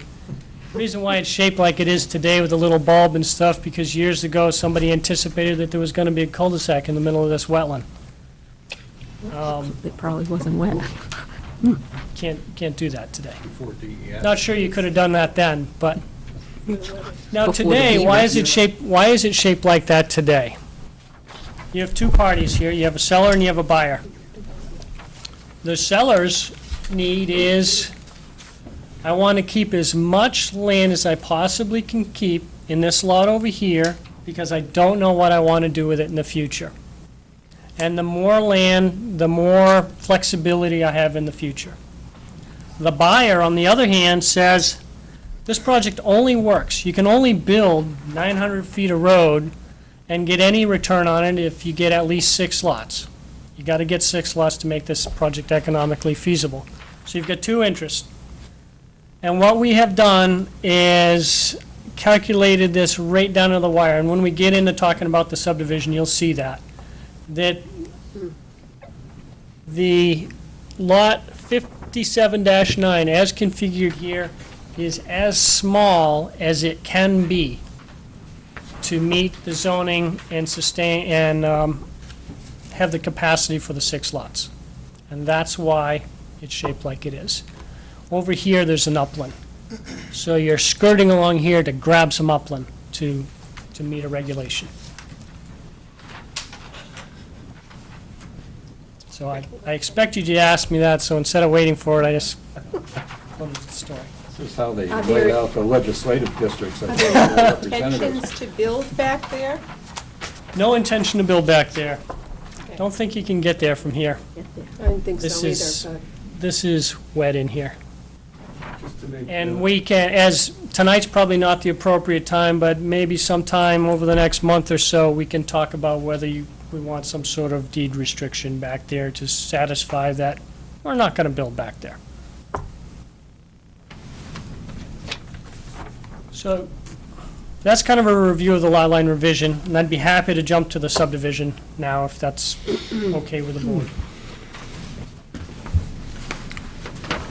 Are we going to deal with them separately? They Well, do They have two to be, applications? Let's there do has the to be a overview. motion, there has to be 2 separate motions, but we can deal with them as one. Let's just see the overview and then we'll come back to it. Do your thing, do my thing, I'll race you.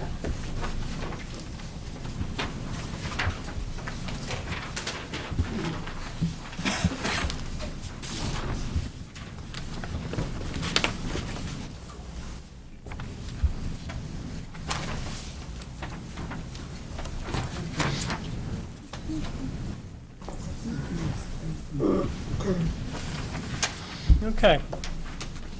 So we have a 6-lot subdivision. The calculations for the lot size, and in Newmarket, up to 25% of your lot can be hydric B soils.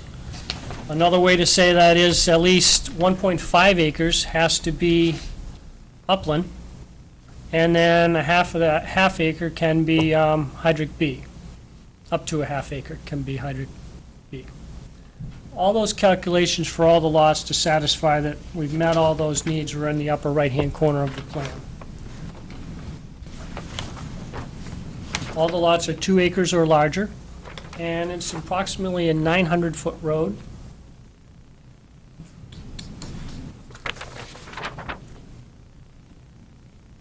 One of the main focuses that we had on our site walk a year ago was to look at Lot 2. Because on a plan, Lot 2, it's difficult to envision how that works to provide a comfortable home site. I think this plan does a little bit better job than just a strictly line work plan, as it shows, a potential house and a cleared area for a yard. But when we went out there on the sidewalk, it was, in my opinion, it was quite evident that it was a very suitable house site there. The lot does extend down on both sides of this, and that is, again, to meet minimum lot size, and also we're kind of starting out with an odd shape in this area. We have requested a few waivers. The waivers include reduction of road width. I believe the regulations state 12 feet of per lane, a 12-foot lane, and a waiver request has been submitted for a 10-foot lane. There is a requirement for street light at the entrance to the road. We requested a waiver from that. Understand the planning department would like to discuss that further, and we're happy to discuss that further.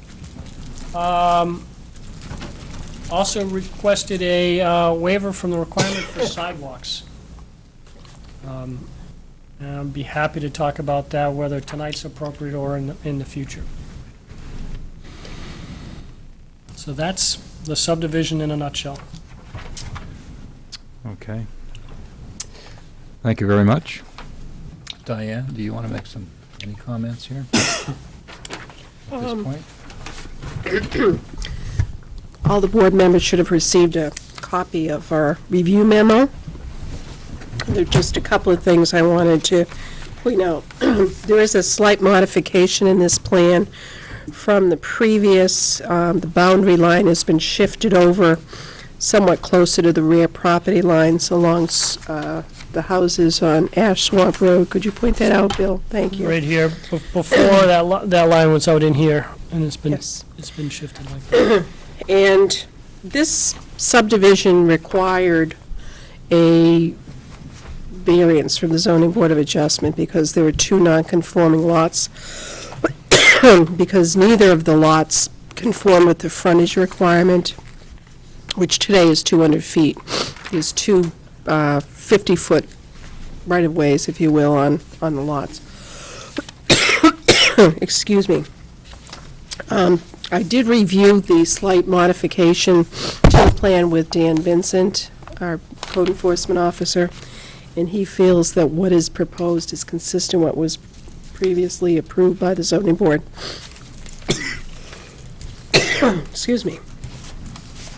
I don't know if I'm going to make a joke.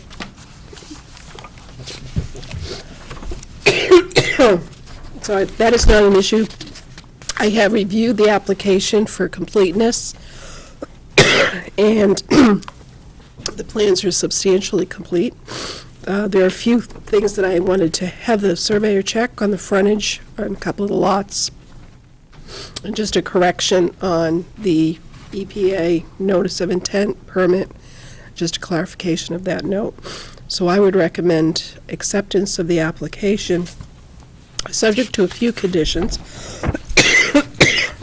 One, that there be a technical review of the impacts of the wetlands, on the wetlands by a qualified wetland scientist, and that review would be to identify if there's a need for any measures to be taken to mitigate any impacts, and also that there be a technical review of the plans by Tobin Farwell, our engineer, and excuse me, and those are the two recommendations for acceptance of the application.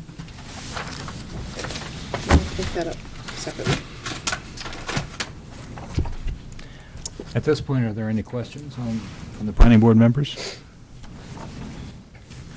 Is, would this also be subject to 503F for special use permit for the crossing, for the road, the wetland crossing? Or Yes. Good point. And that needs to be included in the application and what's not.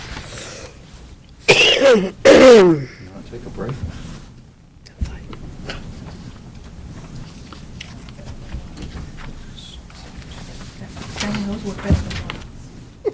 Okay. Thank you very much.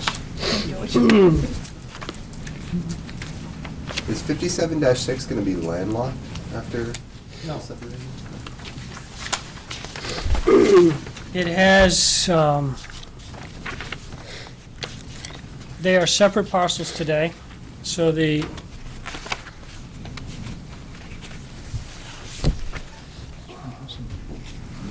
today the lot line runs from here, along here, here.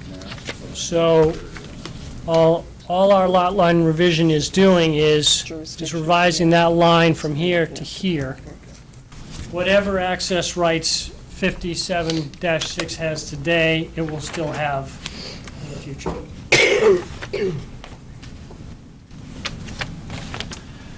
Any other questions? We have a recommendation from Diane that we accept the application for the boundary adjustment. We accept that for a technical review. Specific to that issue, are there any questions or comments from the planning board?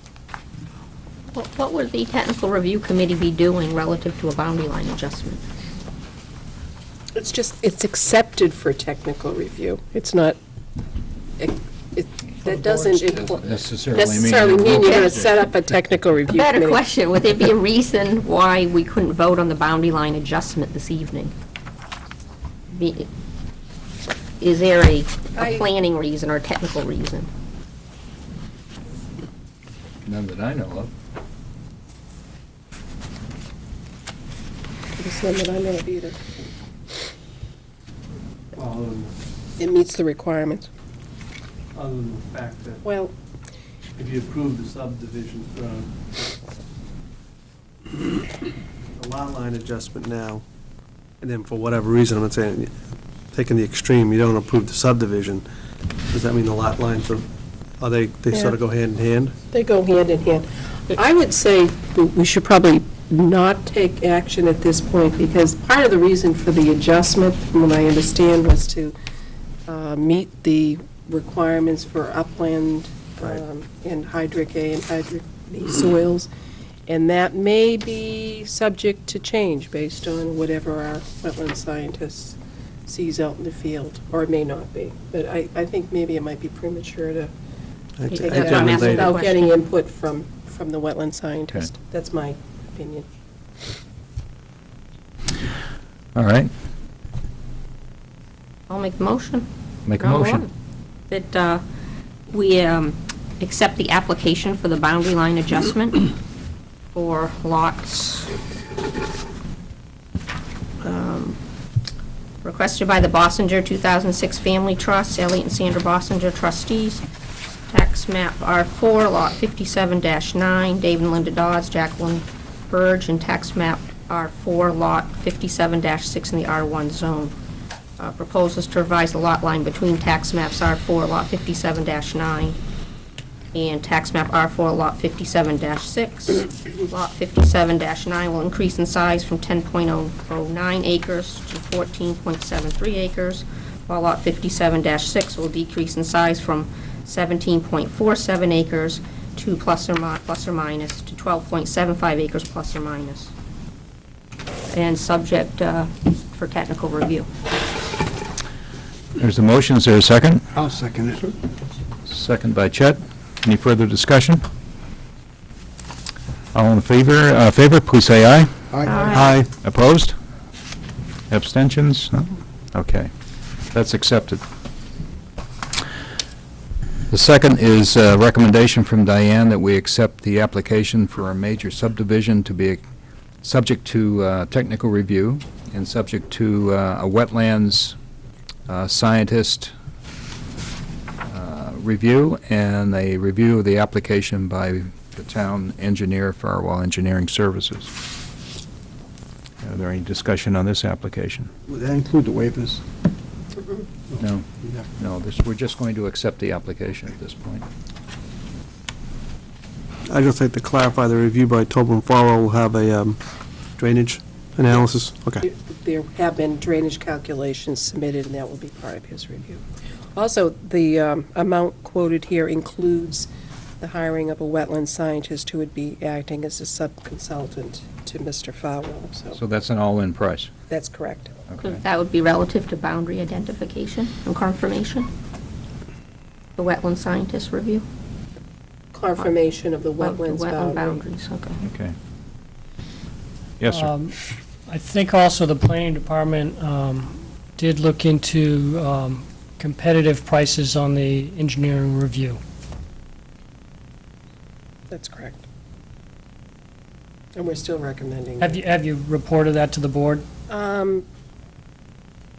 We were requested to have another engineering firm take a look at this, and I did entertain a proposal from Appledore Engineering, and they provided a proposal. Their dollar amount was less than what Mr. Farwell's proposal was for. However, it appears that the level of effort that Mr. Farwell is proposing is much greater. The pricing is different. Mr. Farwell is basically a one- or two-person operation. He works out of his home. He doesn't have the multiplier that a larger engineering firm would. And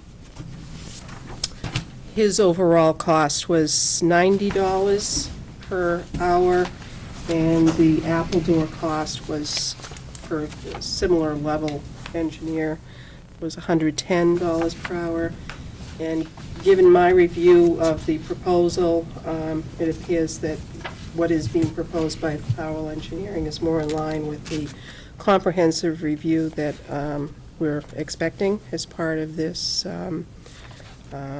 engineering evaluation, and therefore I would recommend that we stay with Powell Engineering. We appreciate the information provided by Appledore. I think overall the board has been very pleased with Mr. Farwell. I don't think there's any, reason why we would change engineers at this point. And did you also get a third price? A third person expressed interest, and he decided not to submit a formal proposal. But he did say he looked at Mr. Farwell, or he spoke with Mr. Farwell, I guess, and felt that Mr. Farwell's pricing was appropriate given the level of effort and what was being proposed. So he didn't feel that his Mr. price Farwell's was out. price is what, $6,500? And That's correct. I'm going to round it to 67. 100 because it's easier for me to do the math. 67.5. That's correct. So that's how many hours? It also includes the wetland. $500 includes the $500 for wetland. wetlands, so $6,000 at $100 an hour, 60 hours. So a week and a half to review a 900-foot, 6-lot subdivision. His pricing also includes contingency. I think we've had a few instances where the price has gone over, and we had to go back to the applicant after the fact and ask for some additional funding. So he Right. tries to provide enough cushion there And- so and that he doesn't have to do that. We want everybody to be happy. We don't want to try to ruffle feathers or anything. We got the price. It's very close to what the design cost is, and that made us, it cost so much to have somebody review this as it did to actually design it. Seemed a little, it was a question. So we thought it might be a good idea to have somebody else just take a peek. And they, the response we got was, I don't know how we could physically spend that much time reviewing that simple of a subdivision and generate that kind of a fee. That was the response we got. I'm not an engineer. I can't speak to. I also would like to point out to the board that the proposal we received from Appledore Engineering was a fixed cost proposal, and like Mr. that. Farwell's proposal I was like that as on behalf of an cost- applicant. I like that. Excuse me, Yep. is a cost not to exceed. And many times, if he doesn't put in the number of meetings or the level of effort, then he doesn't charge the full amount, and we end up giving money back to the applicant. What was Appledore's price? Their price was $3,800. Plus, No, it included wetlands, It didn't include contingencies. but it included wetlands. Yeah, and they said, I was a So little it's bit surprised 3,800 to because, 6,500. because they that's said not a fair that, comparison, I don't. they said $500 for the wetland scientist, which, That's what Tobin carried. that's not what Tobin indicated to us in his cost breakout. We're not, And he we're not, also- we're not going to argue about the That's pricing, fine. all right? Yep, We're going to go with Farwell Engineering on this project. that's fine. Thank you. Is there anything else? Okay. I have a copy of the proposal for you if you'd like to. Yeah, I've got a copy of it too. No, of the Appledore proposal. Matt had asked for a No, I'm- copy I'm- of that. Farwell's fine. Thank you. All right, we'll go back to the yes, Rick. There was On page 2 of her recommendations for completeness of application, there were 2 notes: asked surveyor to verify the frontage, and also note 16. It was a correction, and I spoke with the engineer who is working on the project. Doesn't He have to said be they would- part of the, No, he's agreed to check those things for us. That hasn't, Okay. and we'll do that before the next set of plans right. comes out. You already Any- made the corrections? Okay, thank you. Any other questions or comments? We have a recommendation from Diane to accept the application for the major subdivision, as I said, with a technical review of the wetlands impact and a review of the application by Farwell Engineering. Is there a motion? Can I just have one question, Sure. make one statement? I know you just said the planning board's going with Farwell Engineering, but the applicant pays for the engineering fee, and I, in the future or something, like to see that the applicant does weigh in, since he's paying the fee on hiring, on who the town hires for an engineer. That's all. That's all I want to say. All right, thank you. I have I just have a general question. How do we end up with a particular engineer? Do we go out to bid? Does an applicant have a right to bring in a secondary? It's up to the Engineer? planning board to decide who the independent engineer is. And how 2 do or we 3 do years that? ago, this was before my time, and George Willen, please jump in. As It my was- understanding, there were proposals sought from 3 different engineers, and the planning board at the time had people come in and talk with the chairman? No?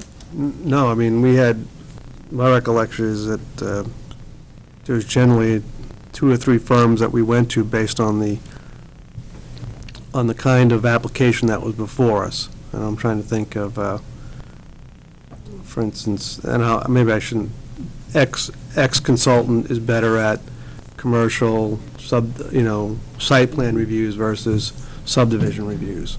And we had 3 or 4 of them, and then Tobin came by and gave a proposal to, then it was Clay and I, and we brought it to the planning board, and he became one of those. I think it was one time we actually used Appledore before. We've used Appledore, we've used Emmanuel, we've used, and we generally, based on the planner's recommendation and based on the application in front of us, which one would be more appropriate based on their expertise. I mean, they probably all can do it, but some have a sort of a specialty. Tobin's is generally, we go to him for our subdivisions, because he's got a certain expertise in that. So there's no requirement to get competitive bids on an application? Not that I'm aware of. I think we just go out and get their rates and see if they're reasonable. I think it's also important that the engineer that's selected is familiar with the town requirements, with the planning board, what we're looking for, an ability to work with Diane and meet her needs. I'm not suggesting that others can't do that, but, the compatibility factor is also important. I'd also like to mention that procuring engineering services and architectural services is not the same as procuring construction bids. There is actually an RSA which states that engineers and architects are to be hired based on their qualifications, and it's not based on Price. the lowest bid and the price.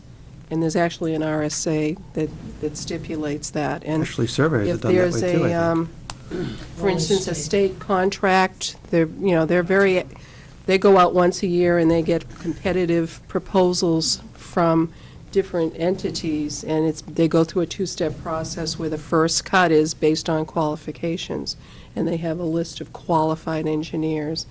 And some of the engineers are very adamant about it, that you don't hire engineers based on the lowest bid, just as you wouldn't for necessarily an attorney. Or a heart surgeon. Or a heart surgeon, thank you. I know that. Yeah.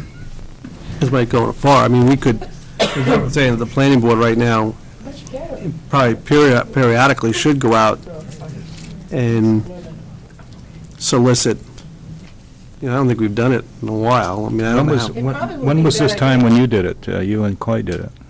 This is a few years, well, I think we talked to Tobin, we used Tobin on the Quacks property, so how long ago was that? That's within the past 3 years, because... Yeah, I think it was a little before then when we, and again, when we talked to Tobin, he became one of the stable, because I think after that, there was another application, I can't remember what it was either Appledore or Emmanuel we used.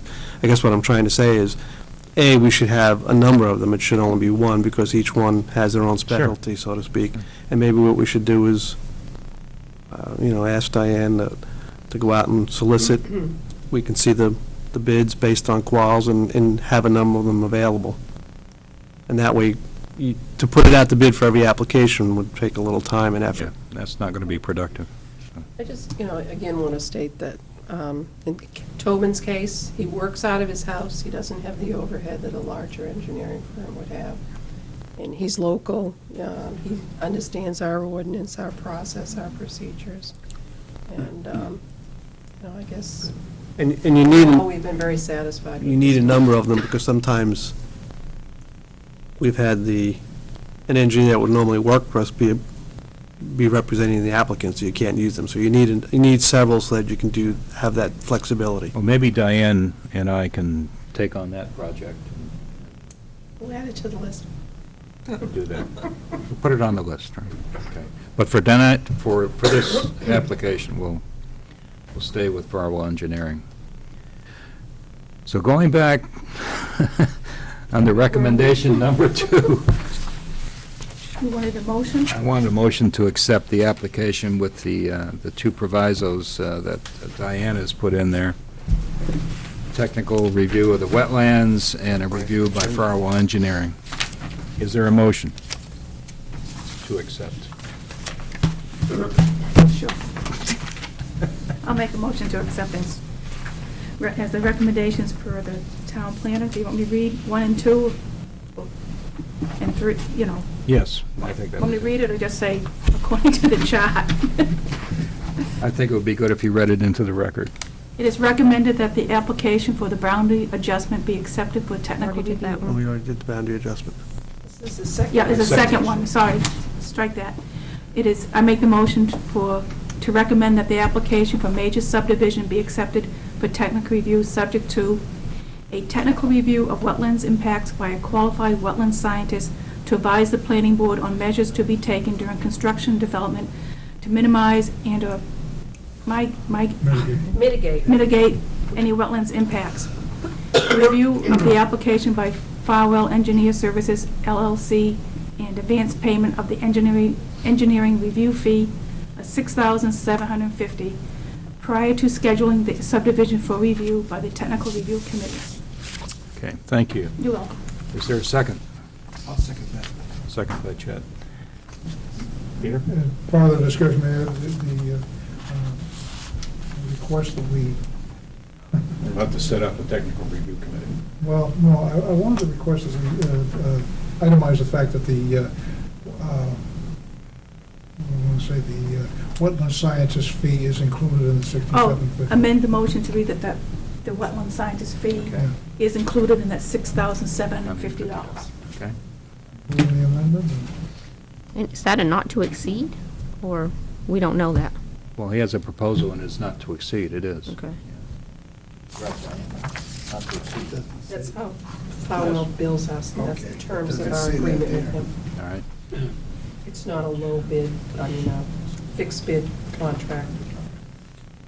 Yeah, it's not to exceed. All right, we have a motion and we have a second. Is there any further discussion? Seeing none, all in favor, please say aye. Aye. Wait, He had a question, oh, I'm sorry. Did you have? I think they want clarification. No, we'll talk another day on that. Okay, we'll make sure that it's stated as a not to exceed contract. We'll have Tobin write that into this specific proposal, okay? Any Abstentions? Any opposed? Thank you. All right, both applications have been accepted. Thank you very much. Thank you. You have abutters here. You have abutters here? Do you want to have any Yes, public? we're comment? getting to that. Sorry, I thought you were closing. We're getting, no. No, I we haven't apologize. even opened the I apologize. We haven't opened the public hearing yet. We just accepted the application. That's all. Now I'll open the public hearing for any abutters or other comments that would like to be made. Yes, sir. Not necessarily, no, just before we vote on this. Bruce Fecto, 244 Ash Swamp Road, right across from proposed drive road. And my concerns haven't really changed from what they were a year and a half ago. Originally, this project was would only support probably 4 house lots, 3, possibly 4. And with the addition of these lot line adjustments around wetlands and just to beef up the upland areas to make the extra 2 lots or 3 lots extra, is a big difference in traffic than what we ever expected in that area. We always expected this to be developed sometimes, but not to that extent. That's my concern, the extra traffic. Cutting down the size of the road that in and out of the area might have some cause for concern with safety vehicles, that type of thing. Might want to keep an eye out on that. And I, basically would like some protection from the traffic. You're directly across the road from the proposed entrance? My living room and bedroom are directly across from that exit. I appreciate the idea of not putting in a streetlight, for obvious reasons. My concerns with the size of the roads, the amount of lots that are being added to an area that wouldn't support that size. Why do you think you mentioned 4, if I remember correctly, you mentioned 4. Well, this little cul-de-sac, it wasn't that long ago when the family brought that up to develop it. And the reason they didn't, because it was an incomplete plan with what they had here, the family didn't want to go into a full development. The father usually just sold 1 or 2 lots off here and there just to help pay taxes and help with their financing. These lots along Ash Swamp Road, that's pretty much what he did as he sold off as he needed to. When the town saw the cul-de-sac with, I believe there was 4 lots at the time, might have been 3, it was a long time ago. The planning board at that time said, no, we want to see the whole thing developed, a plan for the whole thing. I shouldn't say develop, but a plan for it. And that's not something they wanted to do at the time, so they withdrew the whole thing. So to make it worthwhile and affordable, they want to add the extra couple of lots now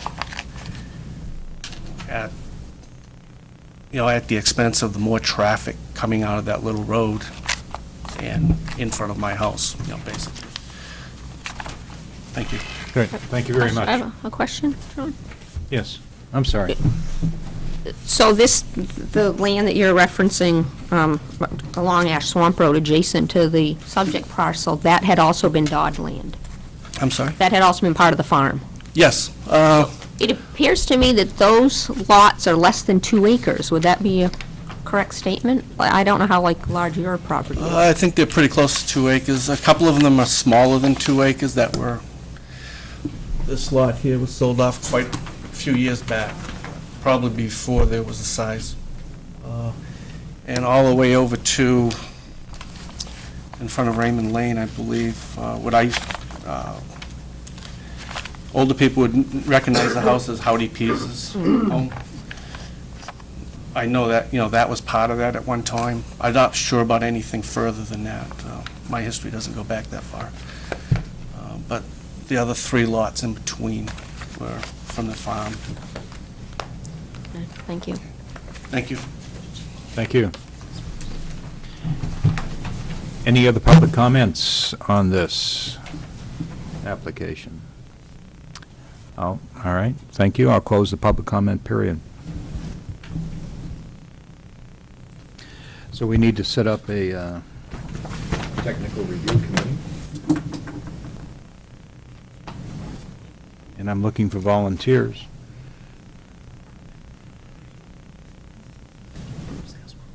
I'm sorry, Bruce? Sorry. Would there be another site walk, or would you rely on the one you did a year and a half ago? A lot of the people are the same on the board today, but you do have a few new faces. It might be, thank you very much, it might be a good idea. Wait till the snow melts, maybe, I'm not sure. Oh, no. So you gotta put your snowshoes out. Walk it now. I'll volunteer, John. Okay, we got Val.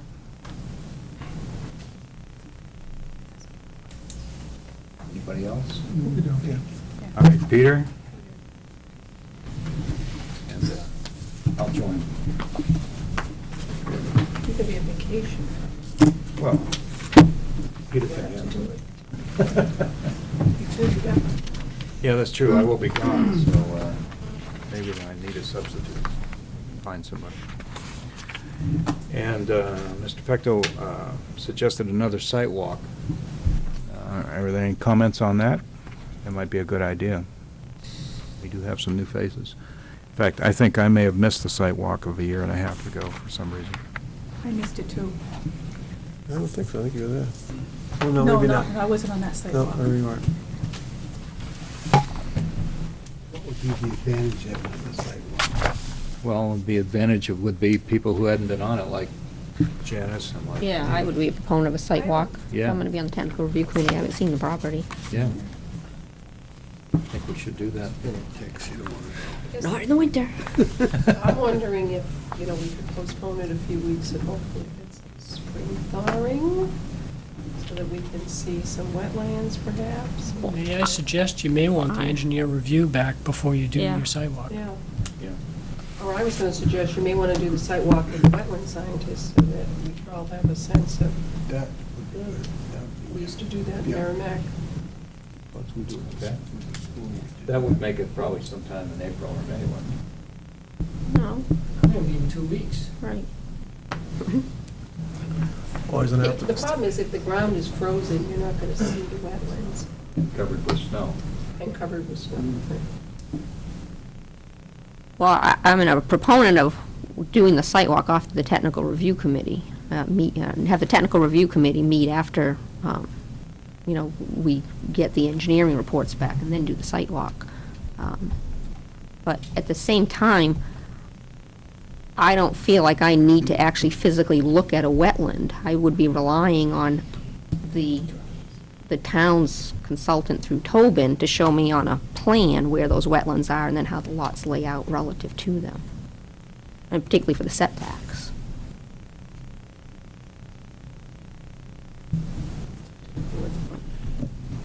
Any other comments? But I noticed when we walked that, there was a lot of wetlands, and yet there was land that was wet, yet it wasn't. And I think the scientists are gonna want to take some core samples. If we make those changes like he's proposing, I think we're gonna need more than what we did on that walk we did. I think we're gonna do more. Well, why don't we phase it? Why don't we, as Val suggested, why don't we get the results of the engineering study and the wetlands analysis and so forth, and then we'll review that. And then by that time, we may be Process able to gonna be do out other of the ground. conditions. And get those Okay. core samples. They usually walk around and drive it in the ground and pull those samples out, they can tell. I'm not qualified to do that, as far as the site work's concerned. Something else that I will be. all right, we'll do that. Okay? We've got the technical review committee. We'll schedule a site walk when we get some engineering input. Yes. Yes, sir. I would just ask the board that we notify them of the sidewalk. Yes, we will do that, yeah, of course. Yeah, it's a public meeting. You can't come with the So, same. abutters, and it's publicly noticed, and the abutters are notified, and so on. So we would do that. Okay? Anything else we need to do at this point on this? No. All right. That's good. Anything else, Mr. Doucette? I may not have been paying attention, sorry. Did you continue it to the next public hearing? Not yet, we're going to.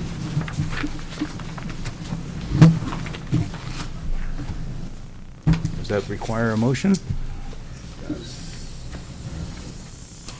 Janice? Want to make the motion? Yeah, or make someone else? make a motion. Continue it to the next I'd like to hearing. continue the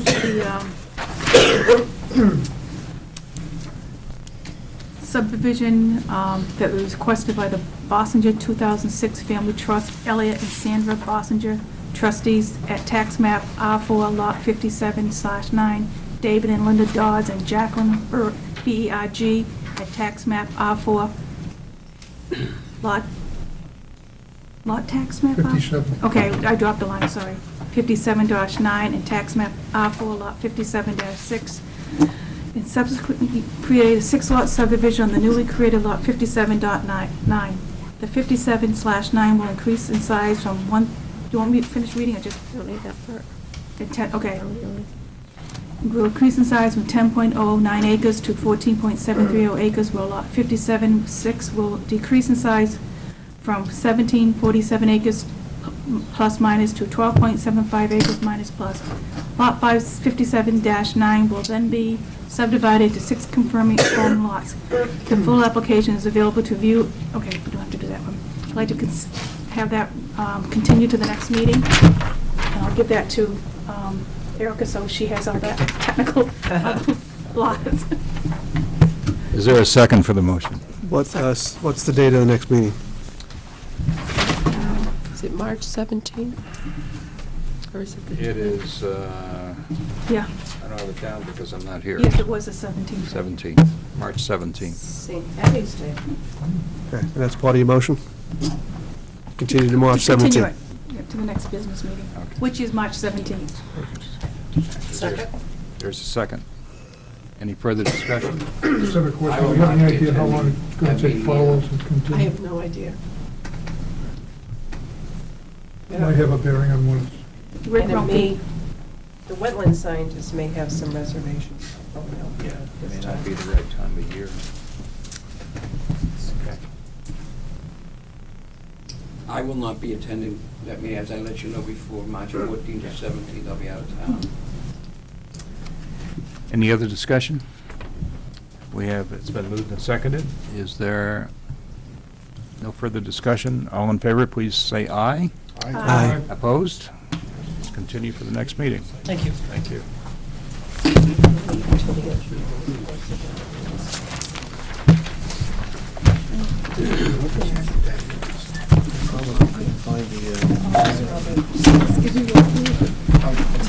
I lost the write-up. I couldn't find the write-up.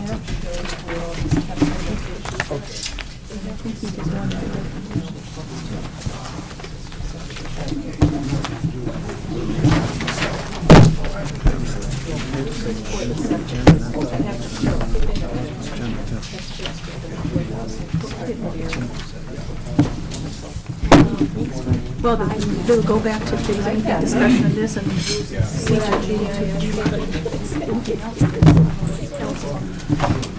Next on the agenda, Well, can I ask you a question? Oh, you're going to follow the agenda, or do you want to go back to, if there's any questions on the historical stuff? How do you want to handle that? what I'd like to do, if I may, Sure you can. I will let you do that.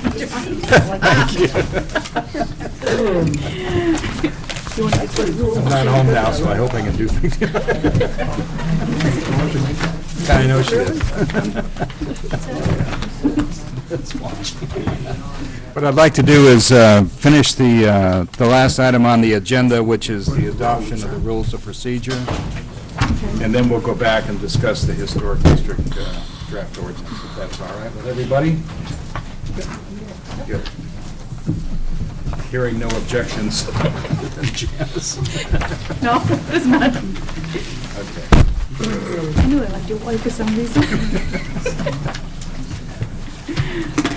I think we've all had a chance to review the rules, or the draft rules of procedure.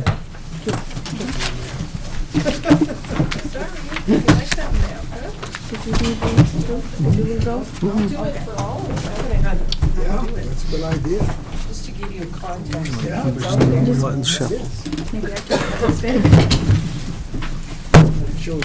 Are we ready? No. Well, I am, so we can. I'm ready, thank you. We have, I hope in front of you, the second draft of the rules of procedure that conveniently has the date of today on it, February 17th. And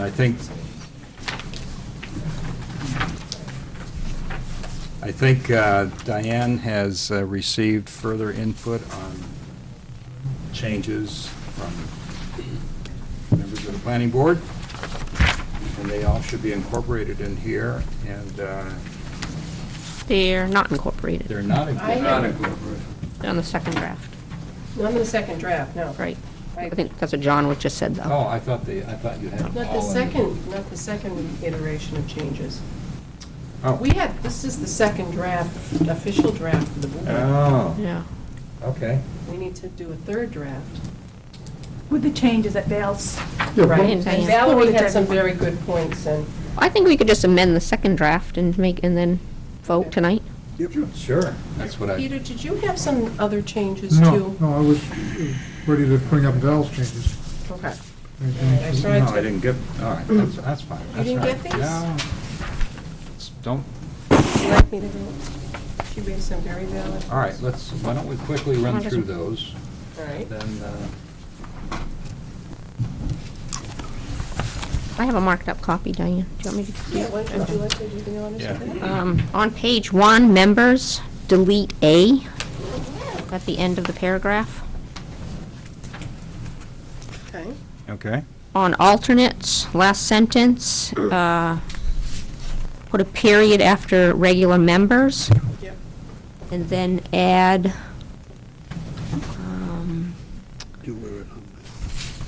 the voting privileges of alternates shall be restricted unless the chair designates the alternate as a voting member, which was Diane's language. Which was previously. On page 2, meeting cancellation. The first sentence should read, in the event of adverse weather conditions, traffic hazards, a public emergency, or other such occurrence, a meeting or scheduled site visit may be canceled by the chair. And in the next sentence, the post office should be deleted and should be, instead, it should read town hall and on the town website. Why, I just have, do I wait now or later? go ahead. No, you can. I just think the post office is an important place to put it, Val. Because not everyone has a computer. Not everyone has goes to the town website. This is just a problem- cancellation of a This meeting. is a cancellation of a meeting. cancellation. And Oh, yeah, actually I'm was sorry, a- I was thinking posting the agenda, I'm sorry. This is It's just a not- cancellation. This is Okay. just, and it's partly, with all due respect to whoever has to go there in the middle of this public No, emergency. yeah, and no, get and the I was notice thinking up. the agenda, I'm sorry. Yep. That's Okay. okay. On page 3, minutes, halfway down the paragraph where it reads language of each motion, Yep. the names of the people should be deleted and replaced with voting members. The names of the voting members who made and seconded the motion. It's much better. And on page 5,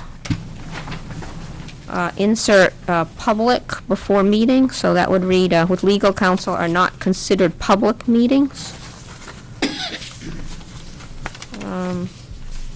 Under adoption, This will be new. Is this new? Yeah. These bylaws are hereby adopted, insert by vote of the Newmarket Planning Board on February 17th, 2009. That's on the last page, 5. These bylaws These bylaws are hereby adopted by vote of the Newmarket Planning Board on February 7th, 2009.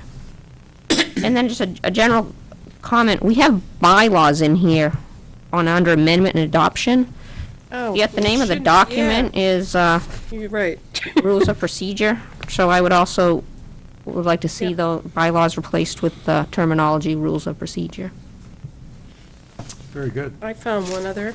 Yeah. And, on page 5, the first paragraph, so we're consistent, should be maybe called at any time by the chair rather than the chairman. Oh, right, thank And you. I didn't know if there were Yep, any that others was the one. that you could. Now, you made one other comment that I didn't hear you mention again, and that was under alternates. And it had to do with the last sentence, not making any sense, and that is to say the alternate, We just corrected it. oh, we did correct that? Yeah. She I corrected didn't it hear by, that. We ended the, it should, you know, it is necessary and proper for alternate members to conduct business, review plans, and make comments at the same table as regular members, period. Yeah, okay, that's it. And then the language. I heard you say period, and I didn't Okay. understand how that worked. Okay, thank you. And then added Diane's language, Thanks. what was in before. Thank you. Any other proposed changes or amendments to the rules? That's good. We may be there. Do I have a motion to adopt as amended? So moved. Second. Man, that's fast. You're good. good. Any, Get it late, John. any further discussion? Seeing none, all those in favor, please signify by saying aye. Aye. All opposed? Abstentions? Great, we have new rules of procedure. Adam and I are still hurt that you finished so quickly last week in our absence. That's right. Well, now we need to go back and talk about the historic district proposal. We heard tonight from the public. I had, I guess, maybe a bit more support than opposition, but as we discussed earlier, this is not the time for opposition. This was the time for input on the regulations, proposed draft provisions. So I guess the question that I have is, to the planning board is, after hearing this tonight from the public, do we think there are substantial revisions that need to be made to the draft that we have? Peter? Mr. Chairman, I think that because of all the concern that was raised by the NBA, that we need to clarify that particular section of the RSAs that kept coming up in Mr. O'Connell's concerns. I thought we did that. I thought we did. Part of it was that somebody had pulled out a section, I think it was Mrs. Briggs, or Ms. Briggs, had pulled out an RSA and read it and didn't understand that the word by ordinance meant that in order to be authorized to do that, you have to have an ordinance. And it implies that it has to go to the town council for approval in that section. But in another section, it says it has to be the, governing body that enacts those requirements. So I thought we clarified it. I feel that's covered. Okay. Wasn't the other question whether that RSA was written for unincorporated towns? Well, That was a- I misread that. That was yeah. It's, that is only applicable to that section in that sentence. I think it's just worded kind of funny. It's that run-on sentence, but when I dissected it, it deals with or a county in which there are located unincorporated towns or unorganized places. There really should have been a comment. So that really, I It think is we the one clarified applies. that, and the point that Mr. O'Connell was raising was that the planning board, from his viewpoint, has the authority to do these things, but that's not what the planning board does, whether we have the authority or not. That's not what a planning board does. And that's not what the ordinance is about. Well, and I think he didn't finish what his question was going to be, which was kind of back to the zoning idea and whether the zoning ordinances could be changed to basically adopt what the historical district is talking about adopting, and then having those be the standard codes that people in the district would have to go by, and if they wanted an adjustment, they would visit the zoning board of adjustments to do that. I don't know if that's been discussed, whether that is a possibility or not. Well, you're talking about the appeal process? Well, prior to the appeal process, let me find the. Who develops the rules and regulations, I think, is where he was coming from. Well, the commission does. And he's saying Commission does, prior and to that, that's- He's saying. But he seemed to not want the His, commission. Yeah. his question. Yes, that's I true. think, was really whether the town as currently, without that commission, can create these different, not ordinances, hang on. Rules. The rules and regulations that have the same intent of the goals of the commission, but without creating it. If you create those rules and regulations to be abided by right now, and somebody goes to build in the district, and they would have to follow those rules already, I think, is whether, Right, but- he's asking whether or not. But the RSAs are clear that it's, a Historic District Commission has to be formed and they're empowered to administer the ordinance. The planning board is not Not the planning empowered board, but to it's the administer only the way Historic District that- ordinance. Is the only way that some of the concerns about signage and things like that within the district can be achieved is by creating the commission. That's right. Well, again, it's a different question to ask, because I think that was a concern of many of the people that spoke against it, was the adoption of these standards and guidelines, and starting out with the Secretary of Interior's standards. Right. So I think the real question is, that might need to be clarified, is, under the RSA, it says the Historic District Commission may adopt and amend regulations. Does that actually prohibit the planning board from within this ordinance specifying whether or not that it will be the Historic District Commission that adopts those versus the planning board adopting them as part of the ordinance? I think that was more what people were talking about, that were relative to how these were going to be developed.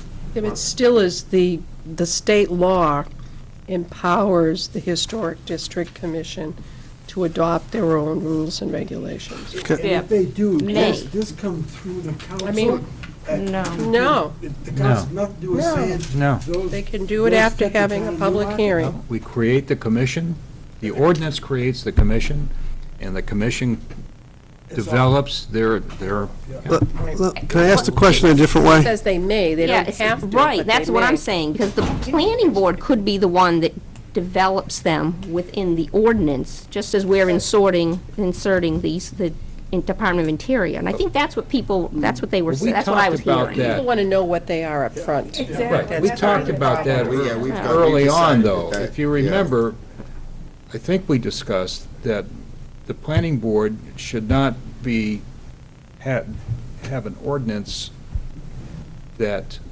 determines the size of the windows and the color of the exterior and the kind of siding, these kinds of things, not what the planning board does. And I think that. That's that what the was too commission's restrictive rules that of way, right? procedure would be, Yeah. standards and guidelines. I mean, if somebody said, well, I don't like that door, I've got to go back to the planning board to get the ordinance changed? Or do you have to go and get a variance?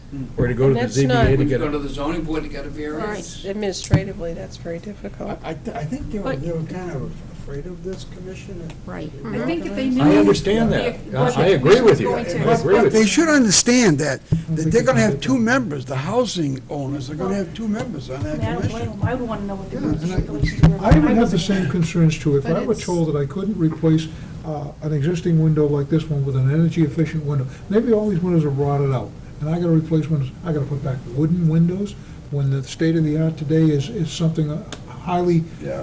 conserving and so forth and so on. And I understand the concern. I think that's, the big concern is that it's gonna be overregulated, that it's gonna become very dictatorial, and people are afraid of that.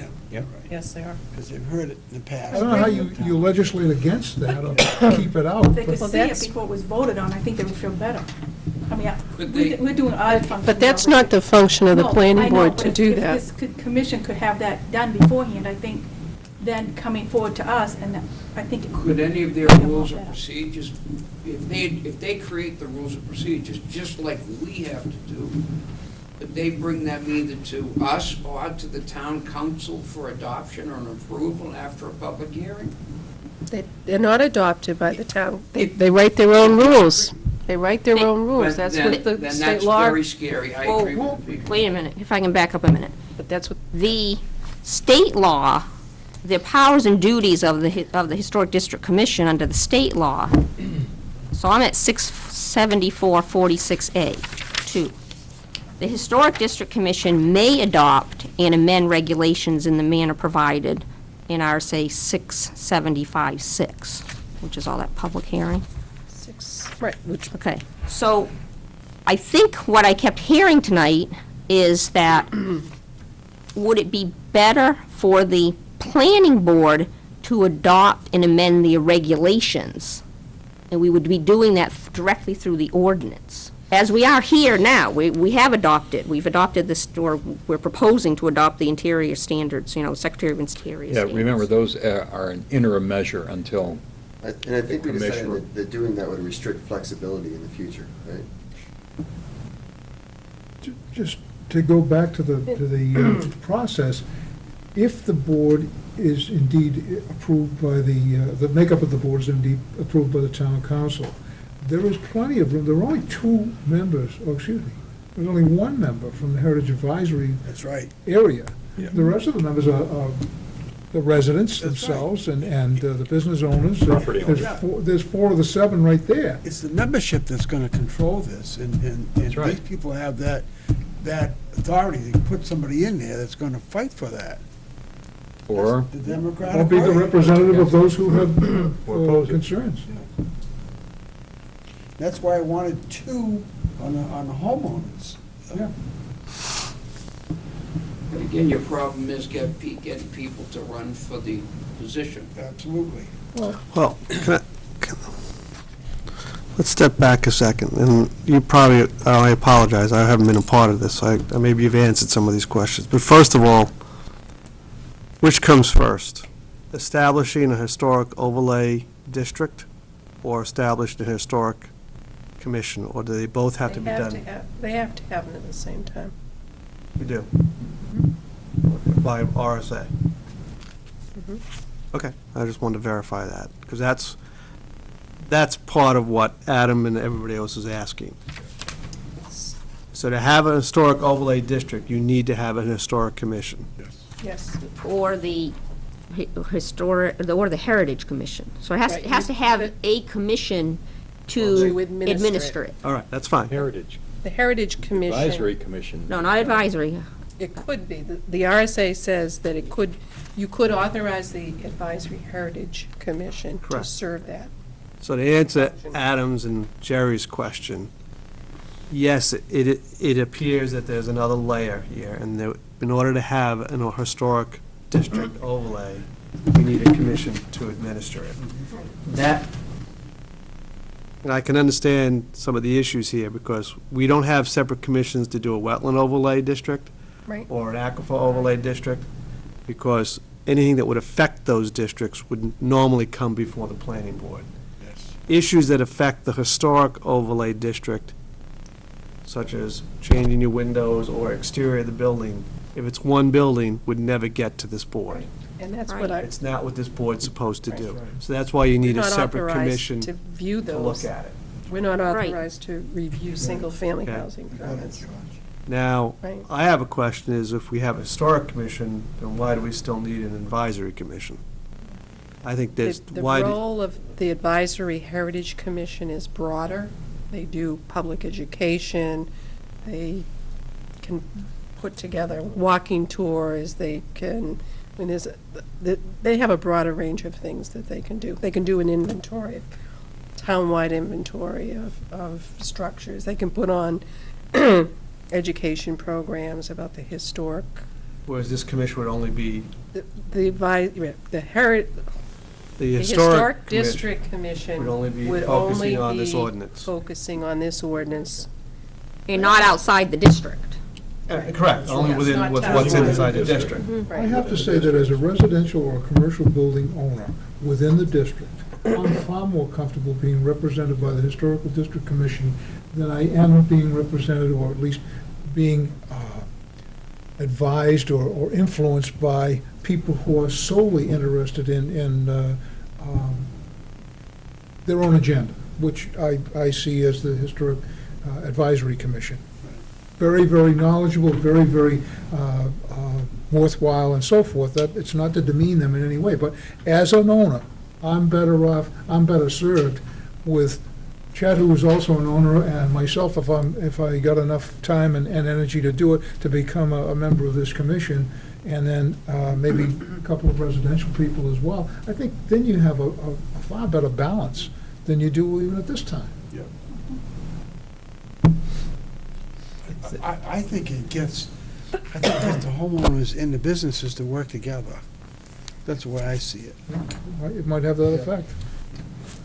I do have, listening to people, I have the same concern that it's adding another layer of oversight in what a lot of people in this town have complained about as being too much oversight, including some people who sat on the advisory commission.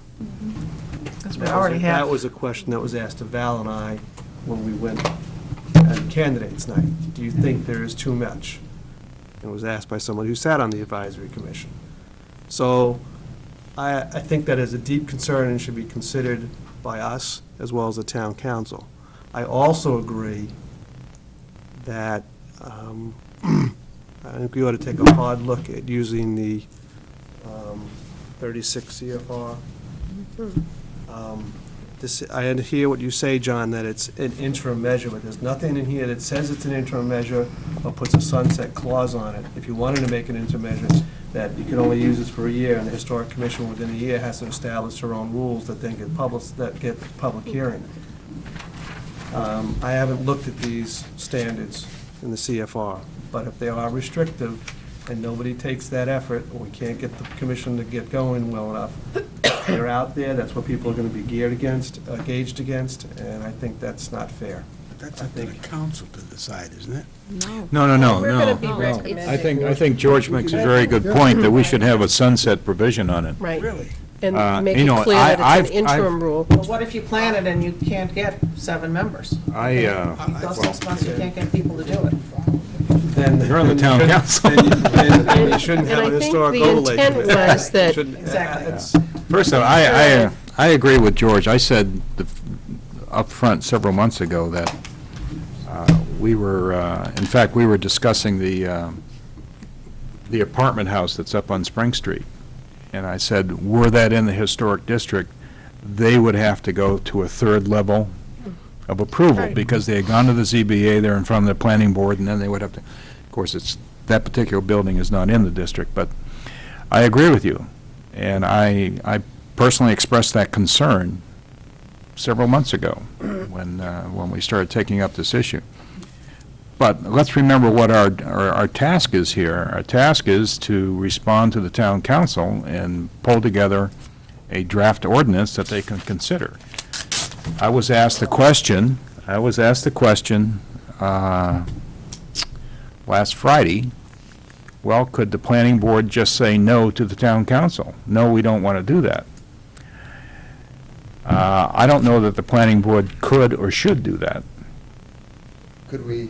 The town council has asked us to come up with a draft ordinance for the historic district, and They asked for the planning board to review and to make a recommendation. make a recommendation. But a recommendation could be that, no, don't adopt it. Yeah, I think I could. I think that's, Yeah, they're looking I for think, some You know, as feedback from a planning planning board, perspective. you know, is this a worthwhile You know, thing for the town? Someone mentioned it here last night, is it benefiting the citizens of the town? there's a group that's worked very hard for a number of years to get this in, and Right. they're very adamant that this be passed, but the question is it the best thing for all those people in that? Because it is going to be restrictive. It is, if they go for a building permit and they have to wait minimum 45 days to get an answer, and then they find out they get turned down, then they have to go back and redo it all. I mean, it can really slow things up. Sure. Would there be a point to presenting whatever the alternatives might be? I think the goals are, you know, pretty well intentioned, you know? We have the goals of what the district should accomplish. And so if we could present, you know, not in the ordinance, but in maybe our presentation of the ordinance, like I imagine this PowerPoint would come before the town council. I don't know for sure what the alternatives would be yet, but maybe that'd be worthwhile in presenting to them. Well, I think it'd be interesting to have an idea how many in the district actually feel one way or the other. I would agree. Just a straw poll, not anything that's necessarily binding, but I sure would like to know, for those people who are most. Isn't that what a public hearing is for? Yeah, except not everybody's going to get up and That's right. talk. You know, if you just, a straw poll to say, are you in favor or not in favor of this, of the, having the district? Well, Well, wait a minute. I mean, I'm curious. Straw polls, you know, we did the same thing with a straw poll for the. For the mills. For the mills, that's what we did. I mean, I think it's the, you know, the governing. Abide by the straw poll. The governing bodies which is the planning board and the town council, have to make some hard decisions, and I don't know. You know, those who are all for it keep on saying that this will be an economic boon to the town. God knows this town needs an economic boon, but it also, I hear from the other side that it's gonna be too restrictive, and maybe it won't be, maybe it would scare people away, I don't know. But what's our evaluation of that? Because it's key to putting this in play. Yes, I think, you know, everybody who's, and that's not, I'm not inclusive of that since I wasn't here, done a good job of trying to put this together. So I don't want to demean that, but what I haven't heard is this worthwhile for this town at this point? You know, the point of, you know, we widened the Main Street. If we had this in play, could we have done what we did to Main Street, which I think, well, at least I do, but I think the majority of people think it was a good idea. One individual today didn't, but. But you may not have been able to do how you did it with if you have. And that's the thought process, what, the things we're gonna do with the mills. Are we gonna be too restrictive to the mills? I don't know. Can we say to the town council, is it appropriate to say to the town council, this is the way it should go down if you're going to do this, but as a minority opinion or as an editorial opinion, we're not sure it should be done for this, and this reason? And be specific about it. I mean, just don't. I don't think we should drive a wedge and tell them which way to go. I think we should. That's what they're asking for. They're looking No, for I some don't think so. I feedback. think that's our job. We're gonna write this up and hand it to you. You people make the decision. I know, don't think we should be but, doing that. you know, I sit here on the board, but the other people on the council don't get, unless they're sitting home and watching or reading the minutes, Hey, they're not getting the. That's what they get paid for. But I also think they're looking for the planning board to give recommendation on what is in the best interest of the town relative to planning. We're gonna do that. How about an I don't think we should give them tell them what to do. By no way. We're making a recommendation to them, Chuck.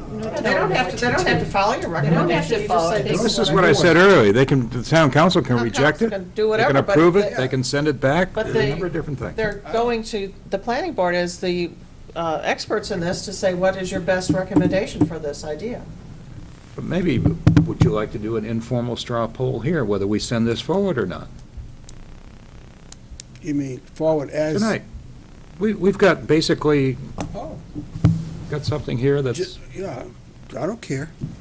Could I ask Diane what her feelings are as a professional on this, generally? I mean, generally. Well, generally, I mean, a historic district ordinance is a mechanism to preserve community character and to assure that alterations and improvements that are made to historic buildings are done in a way that's compatible and respectful of the history and the culture of the community. And it can be an effective tool to promote the kind of downtown I think that everyone is hoping for. That's going to be something that reflects the history of the community and something that the community can be proud of. We've seen many instances where there have been alterations made to buildings, awnings, signage that doesn't necessarily respect the architecture and the historic flavor of the town. And is that in the town's best interests? No, I don't think so. I mean, I guess I'm pretty much, philosophically, I'm an advocate for historic preservation. Although I'm sympathetic to, you know, the concerns of the business owners, and they're struggling, and they're doing their very best. They've had a setback with, you know, the construction downtown. But I think there's also a trust element here that I think that needs to come into play, and that, Could you know, some of those things be accomplished by not putting, can some of those same things be accomplished Right now without we putting a have- historic district commission in place? Right now, we have Demolition about as ordinance. far as what we can do. I mean, we have a site review process. We ask for recommendations from the Advisory Heritage Committee. The planning board, you know, can accept those. We can offer those up to a developer. If they turn around and say, no, I don't want to do that, then we can't mandate those improvements on But if you put a them. different type of ordinance in place. There isn't I a mean, different kind of ordinance. The tear-down ordinance where I've read where you Right. tear something down, but you have to rebuild. But that's With on, the that's, character of that that works on development. more of a scattered basis, whereas a historic district works in a concentrated area to carry forth the theme. Diane, with your expert opinion, how would you characterize this particular overlay dealing with the big project at the mills? I think it's an adequate document. I think that it provides a process by which you have an ordinance with some teeth that To be a can, watchdog thing? to be a watchdog and to make sure that it's done in a way that's compatible and that we can embrace. The same with Slickwood building Right. and so forth, yeah. Can I ask a question? I mean, one of Sure. the concerns right now is what happens if somebody decides, I don't want to save this historic building, I'm just going to tear it down, and what is that going to have? What kind of an impact is that going to have on the downtown and the history and what we're trying to promote? We're very fortunate here in Newmarket to have a streetscape that's pretty much intact. Yeah, there's a few buildings, the post office, and here and there's a gap in the streetscape, so to speak. But overall, we're very, very fortunate to have a downtown that's intact and the buildings are still there. And we should be using that as an opportunity to promote the business community and to promote what we're trying to achieve with economic development and so forth. So from a planning perspective, strictly a planning perspective, I would say yes, having a historic district ordinance in place is important. It's an important tool to enhance your community character. And I look around to the communities that have them. Exeter, Somersworth, Concord, and in those communities, Hopkinton is one, and those communities, they've done an excellent job in preserving that New England tradition. And they would not have been able to do that if they didn't have the historic district in place and an ordinance in place. However, I guess the other point is that, you know, that these are policy issues that the planning board has to make. I mean, you represent the town, you've been elected by the town to make tough decisions and to do what's right and best for the community. And so that's where, you know, we have to look at all the different options, the pros and cons, and come up with some kind of a consensus on what we feel is important to the town. Well, I have two quick questions. The development of mills isn't going to take place for maybe 4 or 5 years? Wasn't that, but, what was it, 3 God or? willing, it'll be faster than that. Well, it depends if you get, in these economic times, it's going to depend if you can get funding, too. So a developer would more or less welcome a historic. Well, no, I have a different spin on it. And then I was going to ask, there was an article that was submitted to the, well, to, I don't know, if all the planning board members got the article that was sent through the email Oh, yeah. regarding property taxes in the historic district and the House bill, and I would like to get some feedback on that before a decision. Right now, I'm telling you, there's such hard economic times. I'm all for history. I love history. I love going to little small towns where it's kept intact and it's a little jewel. But it's such a hard economic times right now. I think it'd be best if this was put off for another year, because the mills aren't going to be developed by next year because of the funding, that's for sure. I don't think Chimberg's a billionaire to come in and start that project. And I think it'd be best interest of the community not to put some of these restrictions on these little businesses within the next year. Come in another year, ask these people who are going to be in the Historic District Commission, who do a lot of work on the Advisory Heritage Board, to come into play with some guidelines which these businesses want to see before a commission is put into place. So that's just my 2 cents. And I don't like the makeup of the board, the membership, and I'll tell you why. I think it's a good breakdown, but I would like to just see a sentence put in there saying, if it's legal. Now, it may not be legal, okay? That the makeup of the boards, when you have 2 members who operate a business or 2 members who reside or own a residential property, I would like to go a little bit further, saying, if they sit on any board, such as the council or the planning board, then they cannot apply for a membership on this committee, because that you could possibly have a couple councilors live in that historic district zone, and then end up being one member who operates a business or lives there, apply for it, and you have a member of the town council already on it, so then you could end up with maybe 2 or 3 people, and I don't want to see these boards stacked. Now, I know it's hard to get people who volunteer, but that is a real concern that I have always heard, being on the planning board, about any little committee in Newmarket. Well, I think that's part of the problem, is we have so many little committees in Newmarket. Yeah, that's right, that's right. So, I mean, those are just my, just 2 cents, and it may not be. That's why it's hard to get people to do it, because there's too many. Adam, you had a question? I was just wondering how towns that don't have the history behind them, but have the same goals for their downtown, accomplish this. Like Round Rock, Texas or somewhere, you know? There's also architectural review committees. Concord has an architectural review committee, and they have fairly specific guidelines on, and they review the exterior of projects and make design recommendations. And I believe it's to the planning board, and then the planning board incorporates Recommendations, them. but they're not, do that, how kind It's of it's a negotiated process. Well, that- But that they do, sounds- they review. at least it's And I think, I mentioned Hopkinton, I think Hopkinton has an architectural review process as well. But it's to preserve the architecture of these areas and to encourage good quality design, not necessarily historic preservation per se. Tonight, I got a feeling that there was the stuff from the business community, which were very specific, but there also was large undercurrent of people who just lived in the district, who didn't want to be told what to do. And, you know, I think it's one thing to make the downtown look attractive and try to draw people in, but you're also dealing with, you know, most of those places are houses that are outlying, so.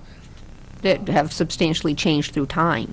Yeah. So what, you know, that was my question right up That's front, right, was, they've already changed should a we really lot, be so- thinking about different district boundaries? Because they're very different between Main Street and then going up to Nichols Ave. That's true. I was gonna ask You know, in the that. whole Spring Street area.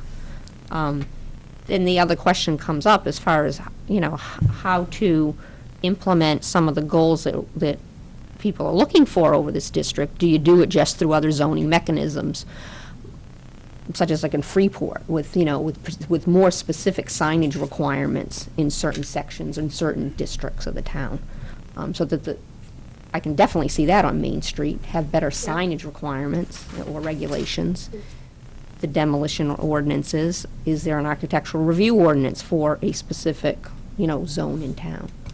So I think some of these can be achieved through, you know, through our existing ordinances or creation of new ordinances without and then obviously they're regulated by the zoning administrator, and it's not another layer, if you will, of You administration. hit on a very good point in my mind, Val, because when you talk about the Historic District Commission, the way it is outlined right now, it incorporates a variety of interests and a variety of motivations. If the young woman who said, what if I have to replace a window? Do I have to go to the, in this case, the code enforcement officer and say, kid threw a rock through my window, I gotta replace a window? Well, I can let you know. And I grant you, Diane dealt with it in a way that, it'll probably come down anyway, and that is, the window will get replaced, and ultimately the code enforcement officer will sign off on it, and we'll be fine. But who knows? I mean, there are bound to be other situations which arise, and if somebody wants to make it sticky, it's a different story to be down the hill on 108 as opposed to being in the middle, or something of that nature. I think there is some room for some maybe delineation changes of where the line might be. Well, and in that instance, the owner really wouldn't have the flexibility. They'd basically be replacing the plate glass in the existing window versus, gee, why don't I take this opportunity and put in an energy-efficient window with the casing? But, I've got to wait 45 days to do that. Let's say a car runs into the front of a building, takes out a couple windows. There are provisions in That here. just gets. There are provisions in here that allow immediate repairs and But I think the correcting question, unsafe conditions. The question is, what if you don't want to repair it to exactly what it was? What if you want to upgrade it? No, That's you've just gave a perfect example of why the planning board should not be involved in these specific issues. Because every meeting we would have would be addressing those kinds of questions, and that's not what we do. I'm just troubled by the fact that it's one more hoop for people to jump through. That, and I understand that people want Complexity of democracy. I know that there's a group that are very dedicated to this district and really feel that it's the right thing to do. Well, I guess But So aren't the homeowners and the businesses. it does scare me, because that's, since I've been on the council, I've said all along, I think we just have too many committees and too many people with their fingers in the pie. And at times it gets so that you can't move, you can't. well, I mean, and if the concern is, the church is torn down and a McDonald's or a Burger King goes there, is it that we try to regulate what that looks like through other ordinances? Those tear-down ordinances that I want to take Would we even allow it on A McDonald's? tear-down ordinance Right. just gives you time. It doesn't really No, say you it can't says do you it. come back in and you have to build something according to the character of what was there. It's definitive Well, the in neighborhood. demolition ordinance that was proposed, I think it was last summer, basically was a, That's different than the tear-down. okay, And I I had thought given you that's what you were that talking about. from the meeting that I went up right. to the. I don't the know state exactly head. what the process is and how it's done, but there are a great number of cities, towns, I should say, that have a McDonald's, and it doesn't look like a McDonald's. It That's looks true. like Yeah, that's right. a very upscaled kind of a restaurant, which happens to be a McDonald's. And that's the process that you might want to approach it through. I don't know, I'm just talking, I don't know the answer. I just Rick. like the reaction. Rick. I was going to say, when I first started to work in Boston, I lived in Lexington, Massachusetts. And they seemed to have two different rules, if you will. One was for downtown. People like downtown Newmarket because they can walk from one end to the other. People like downtown Lexington because you could walk from one end to the other. The only requirements they had as far as the commercial buildings in downtown Lexington was that they had a colonial motif and they couldn't be more than so many stories high. Now, if you go up the other end of the town heading towards Concord, then right in the middle of the Minuteman, where the Minuteman statue is, the triangle there, surrounding that are all of the historic homes that have been preserved. And I'll be glad to try to find out from them how they break out their rules, but I have never seen, we had drugstores, we had, muffin shops, We had a 5 and 10 there and everything else in downtown Lexington, and they all, I mean, the town looked beautiful. It really looked beautiful. And we were talking, Diane and I were talking about going up to Concord, Massachusetts, that is. And that area is very, very heavy in colonial history. And they have downtown shops, and I think they're restricted or ruled in the same way. My biggest concern about downtown Newmarket, and somebody said it earlier, that we need industry or commercialization in downtown, and I am very, very concerned about putting restrictions on people who want to do things or throwing another committee in the way of them getting things done. If there was some way to say, all right, fine, we treat downtown one way, and then the historic homes, if you want to treat them a different way, I can see that, but I'm just concerned, and as I say, I'll be glad to find out how Lexington does it if you want, even though it's another state and all that, but that's where my action comes from. At this point, I see we have, and I appreciate all the input. I see we have two choices. One choice is we can further refine this. I think we're close there. We got a lot of good input tonight. We can refine this and send it on to the town council. I think the other choice is that we say to the town council, we have a draft, but at the end of the day, we decided this is probably not the best thing for Newmarket. May I just say something as the representative from the town council? I will report to them that no matter what happens, I will report to them that there was great concern on this board for how we handle this, and try to, make them realize that it was. So I think we need to have we've put a lot of work into this, especially Diane has, and Val and others, and I think we need to make a decision here, whether we refine it and send it on, or we say, after a lot of gnashing of teeth to the town council, we don't think this is the best thing for Newmarket. So this is the time. Can we? Unless you disagree with me, I think whether we. Can we take option 2, John? Excuse me. Take option 2 of getting this down to the final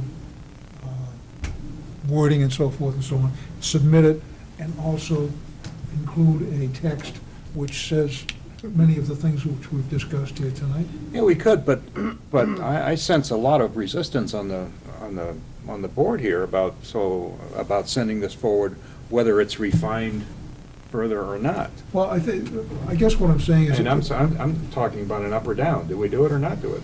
If we do it, then we refine it and send it on. Well, I think there are things. And we can put the concerns and provisos and cautions on it. Well, some of the concerns don't alter if there is going to be an advisory, a heritage commission, I think it should be done along the lines of what we've drawn up here. But rather than not submit the draft, if you will, for their consideration, the town council's consideration, the alternative is, A, we're not fulfilling the job that was assigned to us completely, and B, we're leaving it up to somebody else to draw it up, who I don't know that they'd be do as good a job as we would. So that's what concerns me about Well, scrapping. they may just send it back and say, do it again. Well, Hasn't the advisory, when we started up with the Advisory Heritage Commission's draft, did we not? Mm-hmm. So if we don't do something along the idea of what Peter says, then since they've already approved the commission, they're liable to just accept that. And we've already found out that there were problems with it, that a concern is great. I don't know that would happen. I don't know that would happen. So what's the sense? Should we? I'd give it to Val. What's the sense of the board here? Should we do an up and down here? I'm looking for some input. Well, can we boil it down? I think there's 2 factors that I keep hearing. One is the additional overlay that a owner has to go through. And the second issue is the, just adopting the Secretary of the Interior's regulations within our ordinance, as opposed to setting forth specific guidelines for Newmarket within the proposed ordinance up front. So I think those are the two issues I keep hearing that there's differentiation on. I would not recommend specific guidelines in the ordinance. I think we need to have some guiding principles. We use the Secretary of Interior standards because it's a known quantity. It's, you know, it's been approved by the Secretary of the Interior, and it's been used for over a decade, maybe even more, 2 decades. Could this be? So it's a proven entity, I mean, in the preservation world, and that's why we've drawn upon that. But I don't think it's appropriate for the planning board to develop the specific guidelines and the standards and the design criteria. We don't have the expertise, and we So- would be here 2 years from Can't now change trying to do Right, it. Yeah. and it's not appropriate to include that specifically in the ordinance, because it will be a nightmare to administer, because everything would have to go to the zoning board of adjustment. And that, you know, I really view that that's counterproductive. I don't think that's an option. What would mean everything would go to the zoning board of adjustments? If we have detailed design standards in the ordinance, then anytime somebody wants a waiver from those requirements, they would have to go to the zoning board of adjustment and Well, they have to request do a that anyway, variance. once the guidelines are in place, right? No, the commission. They bring it up to the commission can vote up or down on it, depending on, I mean, the commission has latitude. Right. Okay, I understand. And I just don't think it's So- appropriate so for us to do the design Can you, standards. can you put this ordinance in place and make, I agree with Val. The big, A, you have another layer, and B, you don't know what that layer is. Right. You don't know what they're requiring. The But trust layer- factor. There's a Well, trust right, factor, but. and you might get better support even from the people in the district if they knew what it was. If the layer, and this goes all the way back to when they first proposed this before you were, I think they did this when Clay and I were working on this. And one of the keys was how restrictive are the guidelines, or the regulations are gonna be in play.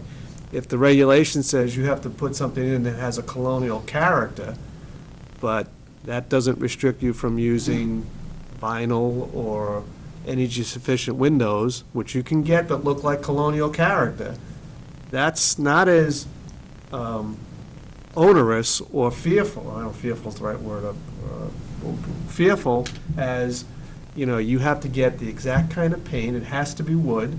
The church, what church is Community that? church. Community church, thank you. And St. Mary's, they're Well- metal siding. Yeah, but I was here when they did the community church. Right, and they And want to they do vinyl siding. Right, and the Heritage Commission Wanted wanted wood and wanted wood, and they said, we can't afford to keep on painting this place. There's a certain amount of latitude. When we did select wood, everybody wanted that granite rock.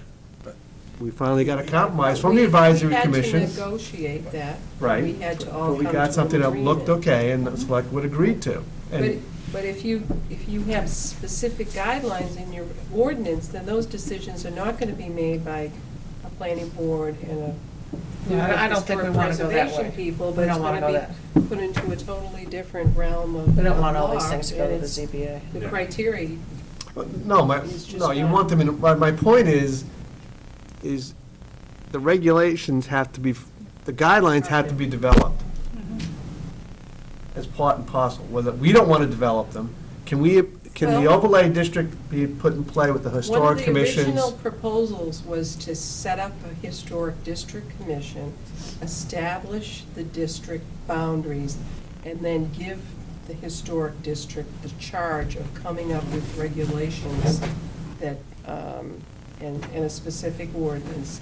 That's And what I then was getting come back to the town council, and at that point, and get the whole thing approved. And at the time, I believe there was just, the Heritage Advisory Committee decided that that approach wasn't gonna be workable, that they went back to. The fear factor here is the action. unknown. Well, it is. Well, And- also But also, remember, Diane, when you're the saying- commission develops these guidelines and rules of procedure and so on. They're not doing it in a vacuum. It's going to be in a public hearing, and they'll get input from, Correct, but until that happens, you got the standards from the CFR. well, then we can, Which is we better can than say nothing. it's good for 6 months or 12 months, and they have to get, the commission has to. But the has to standards develop from the it. CFR will just be guidelines also, won't they? I mean, in other words, if they bring it to the commission and the commission says, well, this is a little bit different, but we'll accept it. They are guidelines. They're guidelines, they're not cast in stone. Right. So I'll go back to my question. of 15 minutes ago. We're trying to talk you around it, sir. You just want a You yes want or a no? motion? You want a motion? You want a motion? Just Yeah, I make want a motion. Okay. Who's up? You can find one. We don't like my Can I get one motion, so you question better go with answered? Chess. So I agree with Diane about the issue of having everything within the ordinance, and then you have to go and get your, making appeals to the ZBA for the ordinance. There's Okay. another layer. Now, so my question layer. is, within this ordinance, we're electing to have the Secretary of Interior standards for rehab. Within this ordinance, is there a requirement that we even use these as the initial standards and guidelines? We just Or put just something can we in. establish the ordinance and give some type of time period that they have to adopt? And we'll have a their mini rule? building boom while everybody tries to do everything ahead of them. That might be okay. If they can afford it, get it done. Tax assessor might like that. I know. Might be a way to spur things on a little. That's what I just asked.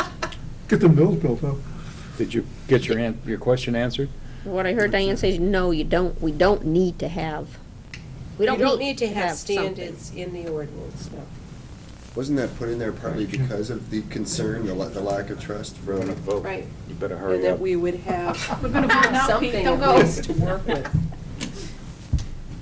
Excuse me, do you want One of to the- amend the meeting? Oh, look. Oh, it's past 10 o'clock. Past 10 o'clock. I still say, you've got the membership, Okay, that's- or you have the membership. I said membership is going to be the trust, and the people have that opportunity to join that membership. And that's why I look at Plus this. public hearings. Absolutely. Yes, but I think they're also afraid that they're going to come before a board which is in some way stacked maybe against them, or, And then the council, as they accept it, can adopt some rules themselves and say, these people can or these people can't be on that board.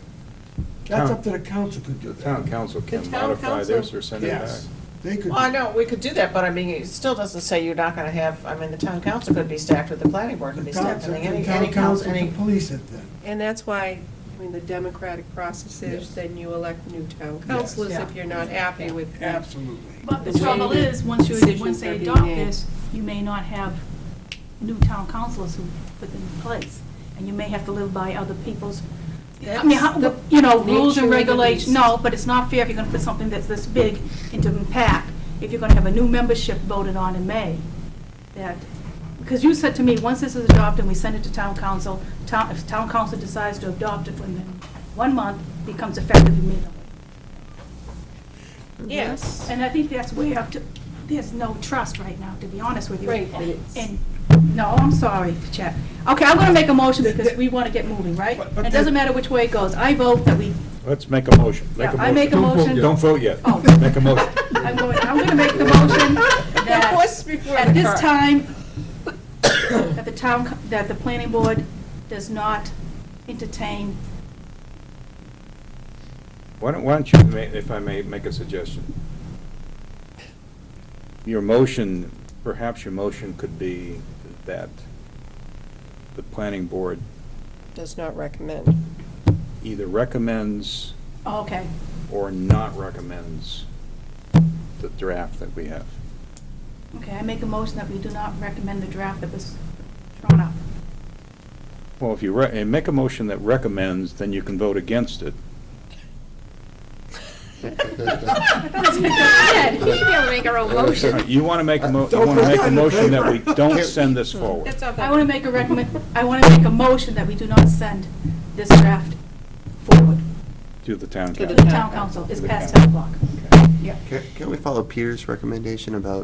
Of course you can, we just make a one Chief has a recommendation motion to on the get, to table. get this thing moving. Second? Okay, and there's a second. The motion is that we do not send this forward to the town council. Is that correct? Yes. And Adam, we're 7 here, so Adam and Rick did not get the vote. I would like to abstain from We haven't this. had discussions, if he has a question. Yeah, I would like to, because otherwise I sort of have 2 votes on it, which, yeah, that's true. You can abstain, and that's probably appropriate, but because you're ex officio, they still can't vote for you. okay, all right. Okay.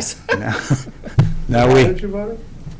I just think it gives me 2 votes. If I can vote here and I can vote on the town council, I mean, I think it gives me more power. Yeah, but this vote is just to send it I forward. know, I understand that. I think that's I have a question about the motion. if Judy wants to abstain from the motion as it stands, then that's fine. If the Yes. motion fails, is the assumption that it's going to the council? Well, that's why I was suggesting to Right. Janice that we make it a positive motion instead of a negative motion.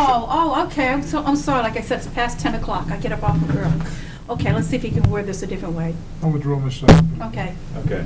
let's see. We're going to start Erica's over. probably got it. Ask her to read it back. We have to make She's it- got it all figured out The over planning there. board does not Let's hope. recommend that we send this forward to the town council, this draft forward to the town council. You make it the That's other what you way, said. See how it votes. I'm just trying to get it moving. You No could one say- else is helping you. You make it positive, we do vote, we Yes. send it forward, and then see if it Yeah. goes up or down. Motion that we send it forward to the town council. That's fine. And is there a second? I'll second that. And you're going to abstain, Yes, please. and you don't get to vote. No, but Adam, did you have a discussion? We've Okay, we're going to have discussion now. Adam? I was just, whether we send it on or not, it still seems prudent to me to give some of our opinions to the town council. I agree. Right. I agree. But there is this big looming question in front of us that I think we need to address first. Fair enough. Any other discussion? Yeah, I think we should send it forward because we were asked to do this. I think we should do it in due diligence and send it on with our blessing. Okay. Good luck. I just haven't seen the final draft of Right. this, and that's what But I'm where are- concerned about. I'm not sure that all the corrections Right. have been made properly. I understand that, and I share your concern. But if we can get past this hurdle and, let's say, it's approved that we send it forward, I would suggest that the motion be amended that if we approve to send it forward, that it made with corrections and input from the public. That Okay. sounds good. You still second that? Okay. So are you looking for an amended motion? He's already got it. We amended it. We just, That if it's We'll make the revisions. make the revision. Don't write any of this in the newspaper now. Wait till we get it all worked out. That- So pending final approval by the planning board Yes. of the document. Yes. perhaps Val would like to make an amendment to the motion that's on the I floor. think you said that it was made, but that's what I missed. Pending. Okay.